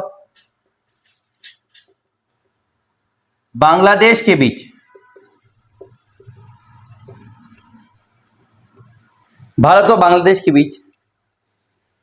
भूमि हस्तांतरण का समझौता हुआ। भूमि हस्तांतरण का समझौता हुआ। वो जब बेरूबारी केस हुआ था 1960 में, तो वहां के कुछ और गांव रह गए थे डिस्प्यूटेड, तो हमने उसको साइन कर लिया है ना। हमारे पास जो हमारे गांव जो बांग्लादेश में थे, हमने बांग्लादेश को दे दिए, और बांग्लादेश के गांव भारत में थे, वो भारत को ने रख दिए। एक बार भी हुआ था ना सर? हाँ, बेरूबारी 1960 में हुआ था ना, समझौता किया गया। मतलब कुछ एरिया बांग्लादेश को दिए हमने जो भारत के हिस्से बांग्लादेश में थे, और कुछ एरिया बांग्लादेश से हमने लिए जो बांग्लादेश का हिस्सा भारत में था। बस क्वेश्चन सिर्फ इतना आएगा कि सोबत संशोधन किससे संबंधित है, भूमि हस्तांतरण, इतना ही आएगा, कुछ नहीं आएगा। किससे हुआ? बांग्लादेश से। कब हुआ? 2015 में। अगला कितने देर रखी हो गई देखो तो। ये बंद कर दे क्या? कल देख लेंगे बाकी। अरे सर ये क्यों ना? अगला लिखिए, कितना? 100वां संशोधन हो गया। 101वां संशोधन 2017, very very most IMP 101 amend 101वां संशोधन। 2 3 4 5 6 तक। हाँ बस इसके बाद 5 छोटे छोटे रहे। संशोधन 2000 101वां संशोधन 2017, सॉरी 15 नहीं। देश में GST लागू, गुड्स एंड सर्विस टैक्स, देश में GST लागू। GST दुनिया में पहली बार फ्रांस में चली थी। लिखिए आप, GST क्वेश्चन आया हुआ PSC में, दुनिया में पहली बार कहां लगी? देश में पहली बार GST लागू की गई। अब ये जो GST लागू हुई थी ना, कौन सा संविधान संशोधन किया था पता आपको? विशेष बहुमत प्लस आधे राज्यों की सहमति, उसके माध्यम से। सोचो आप कितनी पावरफुल रही होगी सरकार। आधे राज्यों के विधानसभाओं से हाँ भी करवाई और विशेष बहुमत 2/3 बहुमत भी लाए, है ना। मतलब मोदी जी की सरकार बहुत धमाकेदार थी 2017 में। अभी भी है लेकिन अब थोड़ी कमजोर पड़ गई है क्योंकि सीटें नहीं इतनी स्ट्रॉन्ग डिसीजन नहीं रहे। 2019 में 370 हटा दिया है, हाँ, लेकिन अब क्यों नहीं कर पाए? क्योंकि सीटें 240 है, समर्थन ले लिया लोगों ने तो दिक्कत हो जाए, है ना। चलो अगला लिखिए, 102वां संशोधन 2018, 102 अमेंड 2वां संशोधन। सिमरन को बहुत जल्दी आजादी मिलने वाली है ना। OBC आयोग को संवैधानिक दर्जा दिया 2018, OBC आयोग को संवैधानिक दर्जा। अदर बैकवर्ड क्लासेस, अन्य पिछड़ा वर्ग, OBC आयोग को संवैधानिक दर्जा।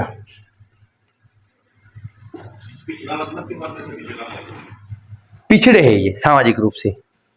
अदर बैकवर्ड, पिछड़ा मतलब समाज में स्टेटस थोड़ा कमजोर है, अदर बैकवर्ड। बाकी ये नाम दे रखे संवैधानिक रूप से। अब है ना, संविधान में 3 अलग अलग आर्टिकल बना दिए हमने। अदर आयोग को संवैधानिक दर्जा, देखो इसके बाद 3 आर्टिकल हो गए। 338 हो गया, 338A हो गया और 338B हो गया। 338 में SC आयोग, 338A में और 338D में जनरल वालों के लिए नहीं। सामान्य मतलब ये है कि सामान्य स्थिति में नहीं, देखो जनरल में मतलब ब्राह्मण और आते, राजपूत और ये हमेशा क्या रहे हैं? राजा के पास रहे हैं या शासक रहे हैं, तो सामाजिक रूप से पिछड़े थोड़ी है, सामाजिक रूप से तो मजबूत है। अब इन लोगों ने ऑपरेस्ट किसको किया? ST SC को, है ना, और पीछे रहे थोड़ा OBC रहे, इसलिए उनके लिए। और बहुत सारी चीजें होती है, वीडियो में बोलना अच्छी बातें नहीं होती है ना। सर ये सब जो 338 अनुच्छेद है ना, हाँ ये आर्टिकल है, 3 अलग अलग आर्टिकल बने 102वां संशोधन के माध्यम से। अरे यार एक मिनट देखो, 65वां संशोधन देखा था ना,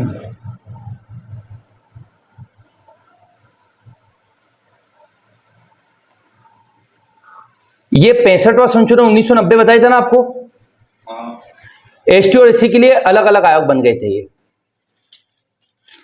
2 आयोग बन गए, लिखो। हाँ ST और SC के लिए आयोग बन गए थे, लिख लो।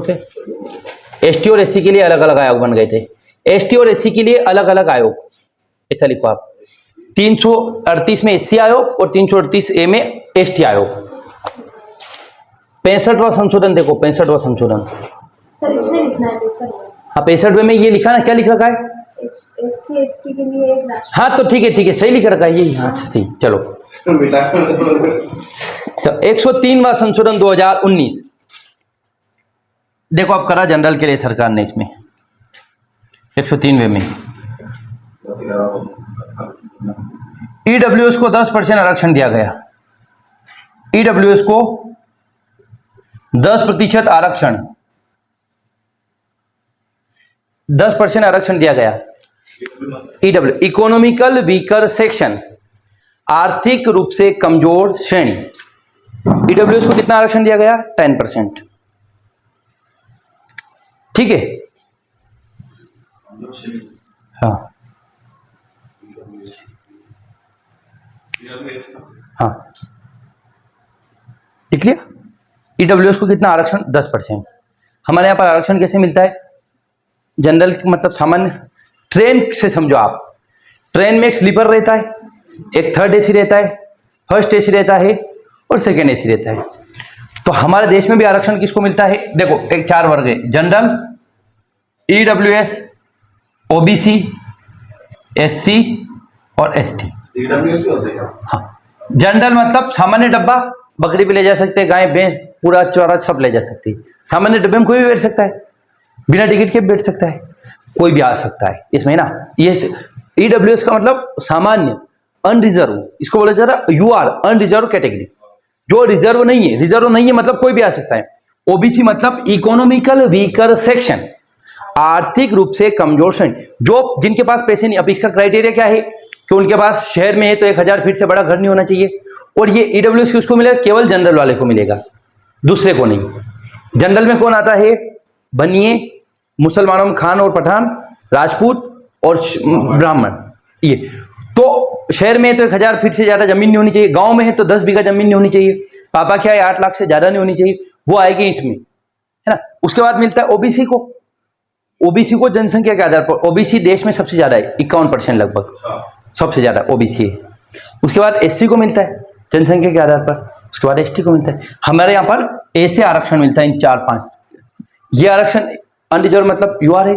अच्छा, एसटी वाला जनरल में आ सकता है, लेकिन जनरल वाला एससी मान के चलिए कट ऑफ गया 100 नंबर के एमपीपीएससी एग्जाम और 100 क्वेश्चन, 100 में से 70 गया जनरल का और 69 गया ईडब्ल्यूएस का, 68 गया ओबीसी का, 67 गया किसका? एससी का, और 66 गया एसटी का। तो अगर एसटी वाले के आ गए नंबर 77 तो वो किस में आ जाएगा? जनरल में। लेकिन अगर जनरल वाले के 68 नंबर आए तो ओबीसी में नहीं आएगा, फेल हो जाएगा। आप नीचे से ऊपर जा सकते, ऊपर से नीचे नहीं आ सकते। जीवन का भी यही फलसफा है कि अगर हमें कुछ करना है तो हमेशा टॉप पे सोचें, बड़ा सोचें, क्योंकि आप ऊपर से नीचे गिर सकते हैं लेकिन नीचे से क्या धरती में भराओगे क्या? पीएससी की तैयारी करो, पीएससी से आप वर्ग 1 पे टीचिंग पे आ जाएंगे, नेट पे आ जाएंगे, प्रोफेसर पे आ जाएंगे, लेकिन आप तैयारी मतलब ग्रुप डी की कर रहे हैं, क्या होगा? उससे नीचे क्या करोगे तैयारियां? तो हमें जीवन में हमेशा बड़ा सोचना है, बड़े सोच के पीछे नहीं लगते। बड़ा इन द सेंस कि कुछ भी कर रहे, भले तैयारी, जैसे मैंने करा, तैयारी करी ना तो पीएससी की तैयारी करी, इधर करी टीचिंग में प्रोफेसर की तैयारी करी। सबसे बड़ा सोचेंगे ना, एटलीस्ट नीचे आते आते आप कहीं तो कुछ तो कर ही लोगे। और कभी आप मान के चलिए, इसका सबसे अच्छा उदाहरण मैं ये देता हूं कि आपने 12वीं में बायोलॉजी लिया तो आप बीए कर सकते हैं, बीकॉम कर सकते हैं, बीएससी कर सकते हैं, लेकिन आपने बीए लिए, आर्ट्स लिया तो आप केवल बीए कर पाएंगे, है ना। ये पता नहीं आर्ट्स को छोटा क्यों माना जाता है, ये तो मुझे इतना बुरा लगता है ना। प्राइवेट स्कूलों वाले क्या करते पता है आजकल? कॉमर्स वाले के फोटो लगाएंगे, बायोलॉजी वाले को लगाएंगे, मैथ्स वाले को लगाएंगे, क्यों? हमारे मैथ्स में इतने परसेंट, हमारे कॉमर्स में। आर्ट्स वालों के फोटो लगाते, तो ये आर्ट्स को छोटा मानते, सबसे फोकटे लोग है वो, क्योंकि साइंस के इनसे पैसे जाते। बोले आर्ट्स, नीति निर्माता कौन है? आर्ट्स। पीएससी में अधिकारी कौन बनता है? आर्ट्स। यूपीएससी में कौन? आर्ट्स। नेता लोग कौन? आर्ट्स वाले।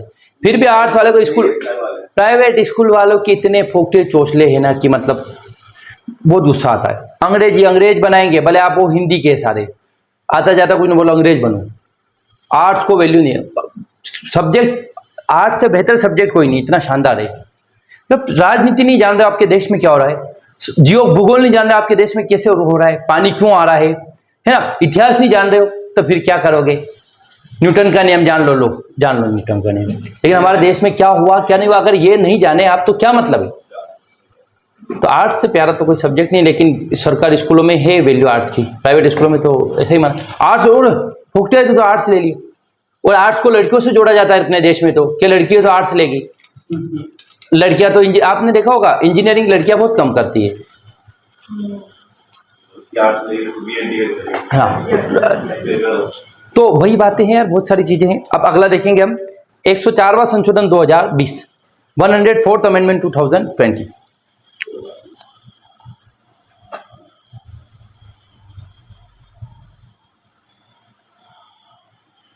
लिखिए, लोकसभा व विधानसभाओं में, लोकसभा व विधानसभा में एसटी एससी के लिए आरक्षण 10 वर्ष के लिए बढ़ा दिया गया। एससी एसटी के लिए, एससी एसटी के लिए आरक्षण 10 वर्ष के लिए बढ़ा दिया गया,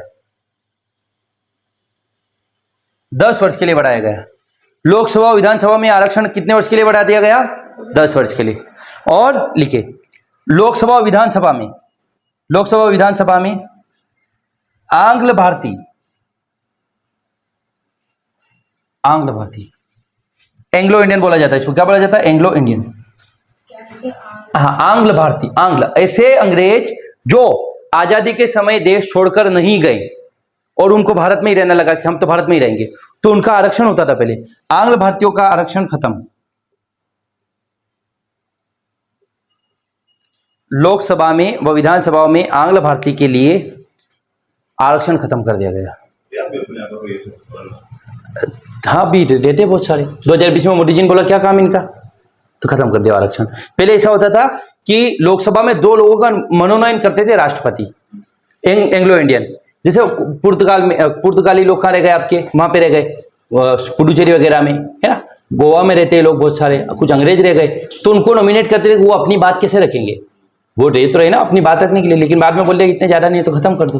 तो ये आंग्ल भारतीयों का आरक्षण खत्म। अच्छा, अब आपने देखा होगा कि 2020 में लोगों ने चला और बोले आरक्षण तो बढ़ने वाला है। मूर्खानंद लोग थे वो। सरकार जब संविधान बना, आपने सुना होगा कि आरक्षण तो केवल 10 साल के लिए दिया गया था एसटी एससी को। सुना आप लोगों ने कि एसटी एससी को आरक्षण 10 साल के लिए दिया गया था, लेकिन सरकारें बार बार बढ़ा रही है। उन मूर्खानंदों को कौन समझाए कि ये आरक्षण जो है ये केवल राजनीतिक आरक्षण की बात की गई थी कि 10-10 साल बढ़ाएंगे जब तक उनकी स्थिति सही नहीं हो जाती। शैक्षणिक आरक्षण की बात बिल्कुल भी नहीं की गई थी कि कितने साल के लिए, मतलब जो स्कूलों में आपकी सरकारी नौकरियों में मिलता है ना आरक्षण, वो 10 साल के लिए बढ़ाने की बात नहीं की गई थी। केवल हाँ, वो बोले कि जब स्थिति ठीक हो जाएगी तब सरकार देखेगी, पर जो लोकसभा राज्यसभा में और विधानसभा में आरक्षण है ना, उसको 10-10 साल के लिए बढ़ाएंगे। अब ये थी, लोगों के पास मिस इन्फॉर्मेशन है। अभी क्या करा लोगों, क्या बेरू बना, बोले देश का नाम बदल रहे, भारत कर रहे। अरे आर्टिकल 1 में लिख रखा है India that is Bharat shall be union of state, पर लोगों के पास व्हाट्सएप यूनिवर्सिटी का ज्ञान, उसी ज्ञान वो बोले देश का नाम बदल रहे, भारत कर रहे, बोलो हिंदूवादी राष्ट्र बनेंगे। अरे देश का नाम है भारत, संविधान में ही नाम लिख रखा है इंडिया दैट इज भारत, लेकिन न्यूज में क्या चल रहा है, देश का नाम बदल रही मोदी सरकार, ये कर रहे। नहीं, देश का नाम वही है, पर अब लोगों को मिस इन्फॉर्मेशन, कोई ना तो पढ़ना चाहेगा, कोई ना जानना चाहेगा। ज्ञान की बात बोल दो, बोले ज्यादा बनी ना हो, ये बोल लेंगे कि ज्यादा बनीदा रहेगा जो ज्ञान देगा, तो ऐसे तो लोग हैं, तो इसलिए नहीं बोलना ही अच्छा रहता है। अब अगला है आपका 105वां संशोधन 2021, 105th अमेंडमेंट 2021, 105वां संशोधन 2021।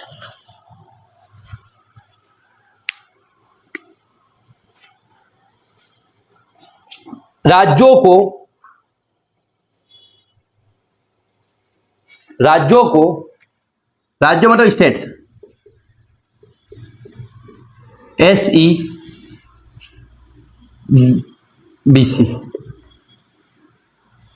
राज्यों को लिखिए सामाजिक और शैक्षणिक रूप से पिछड़े, socially and educationally backward classes. क्या है socially and educationally backward classes? राज्यों को सामाजिक और शैक्षणिक रूप से पिछड़े वर्गों की पहचान करने का अधिकार दिया गया। सामाजिक और शैक्षणिक रूप से पिछड़े वर्गों की पहचान करने का अधिकार दिया गया। राज्यों को सामाजिक और शैक्षणिक रूप से पिछड़े वर्गों की पहचान करने का अधिकार दिया गया। इसमें क्या होता है पता है, हमारे यहाँ पर कौन एससी में कौन एसटी में है ये तय कौन करता है? State government. लेकिन ये इससे एक बार संशोधन हुआ था कि राज्य सरकार ने किससे ले लिया था? ये केंद्र सरकार के पास था ये अधिकार। जैसे अपने यहाँ पर इसका सबसे बड़ा एग्जाम्पल है, अब कौन तय करेगा सरकार कि कौन ओबीसी है, कौन एससी है, कौन एसटी है? तो वो तय करती है गवर्नमेंट कि कितनी जातियां एससी में आती, कितनी ओबीसी में आती, कितनी एसटी में आती। पर सरकार ने यह अधिकार किसको ले लिया था? खुद ले लिया था, केंद्र सरकार ने। लेकिन 2021 में क्या बोला कि राज्य सरकार भी कर सकती है, मतलब जातिगत जनगणना करवा सकती है कि आपके यहाँ कौन सी जाति के कितने लोग हैं। अब बात आती है कि जाट नहीं, मीणा रहते हैं ना, मीणा जाति के लोग, 2 महीना अपने या मीणा ओबीसी में, लेकिन राजस्थान में एसटी में आते हैं। वो इतना 2 महीना होता है। अब मीणा एक ही है, वही मीणा है, लेकिन राज्य सरकार ने यहाँ पे ओबीसी में बोल दिया, उनको एसटी में बोल दिया। तो ये किसके पास अधिकार है? सेंट्रल स्टेट गवर्नमेंट के पास। तो कौन सी जाति किस वर्ग में आएगी? ओबीसी में आएगी, जनरल में आएगी। कल से मध्य प्रदेश सरकार ने बोल दिया कि राजपूत एसटी में आएंगे, आ गए। सामाजिक और शैक्षणिक रूप से तय करने का अधिकार किसके पास है? राज्य सरकारों के पास। ठीक, अब लास्ट लिखे 106वां संशोधन 2023, वेरी मोस्ट आईएमपी। 106वां संशोधन 2023।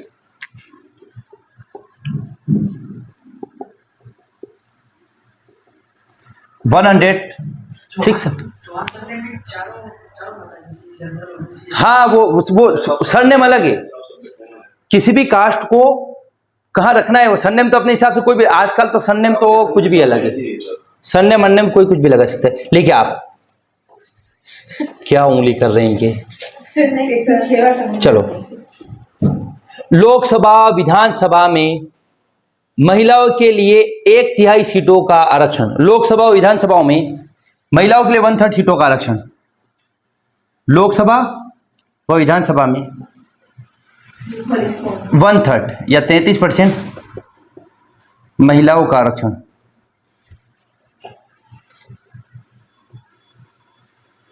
महिलाओं कितना आरक्षण? 33%। ये कब लागू होगा? सरकार ने बोला था, है ना, क्या बोला था कि 2026 के बाद की जनगणना के बाद का पहला डिलिमिटेशन, 2026 के बाद की पहली की जनगणना, मतलब अब जो जनगणना हो रही है इसके बाद का पहला डिलिमिटेशन। डिलिमिटेशन मतलब बाउंड्री देखते हैं, हमने देखा वो जनसंख्या के आधार पर सीटों का आरक्षण, वो जनगणना होगी, उसके बाद डिलिमिटेशन होगा, उसके बाद हम आरक्षण देंगे।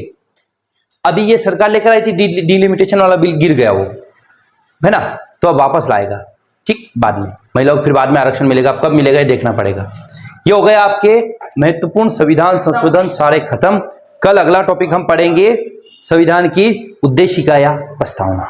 ठीक, संशोधन से संबंधित बहुत सारे क्वेश्चन आते हैं, बहुत इंपॉर्टेंट क्वेश्चन आते हैं, तो आप याद करें और इसको देख ले। बंद कर दो उसका। कितनी देर का हो गया वो? 1 घंटा 52 मिनट, 2 घंटे में 4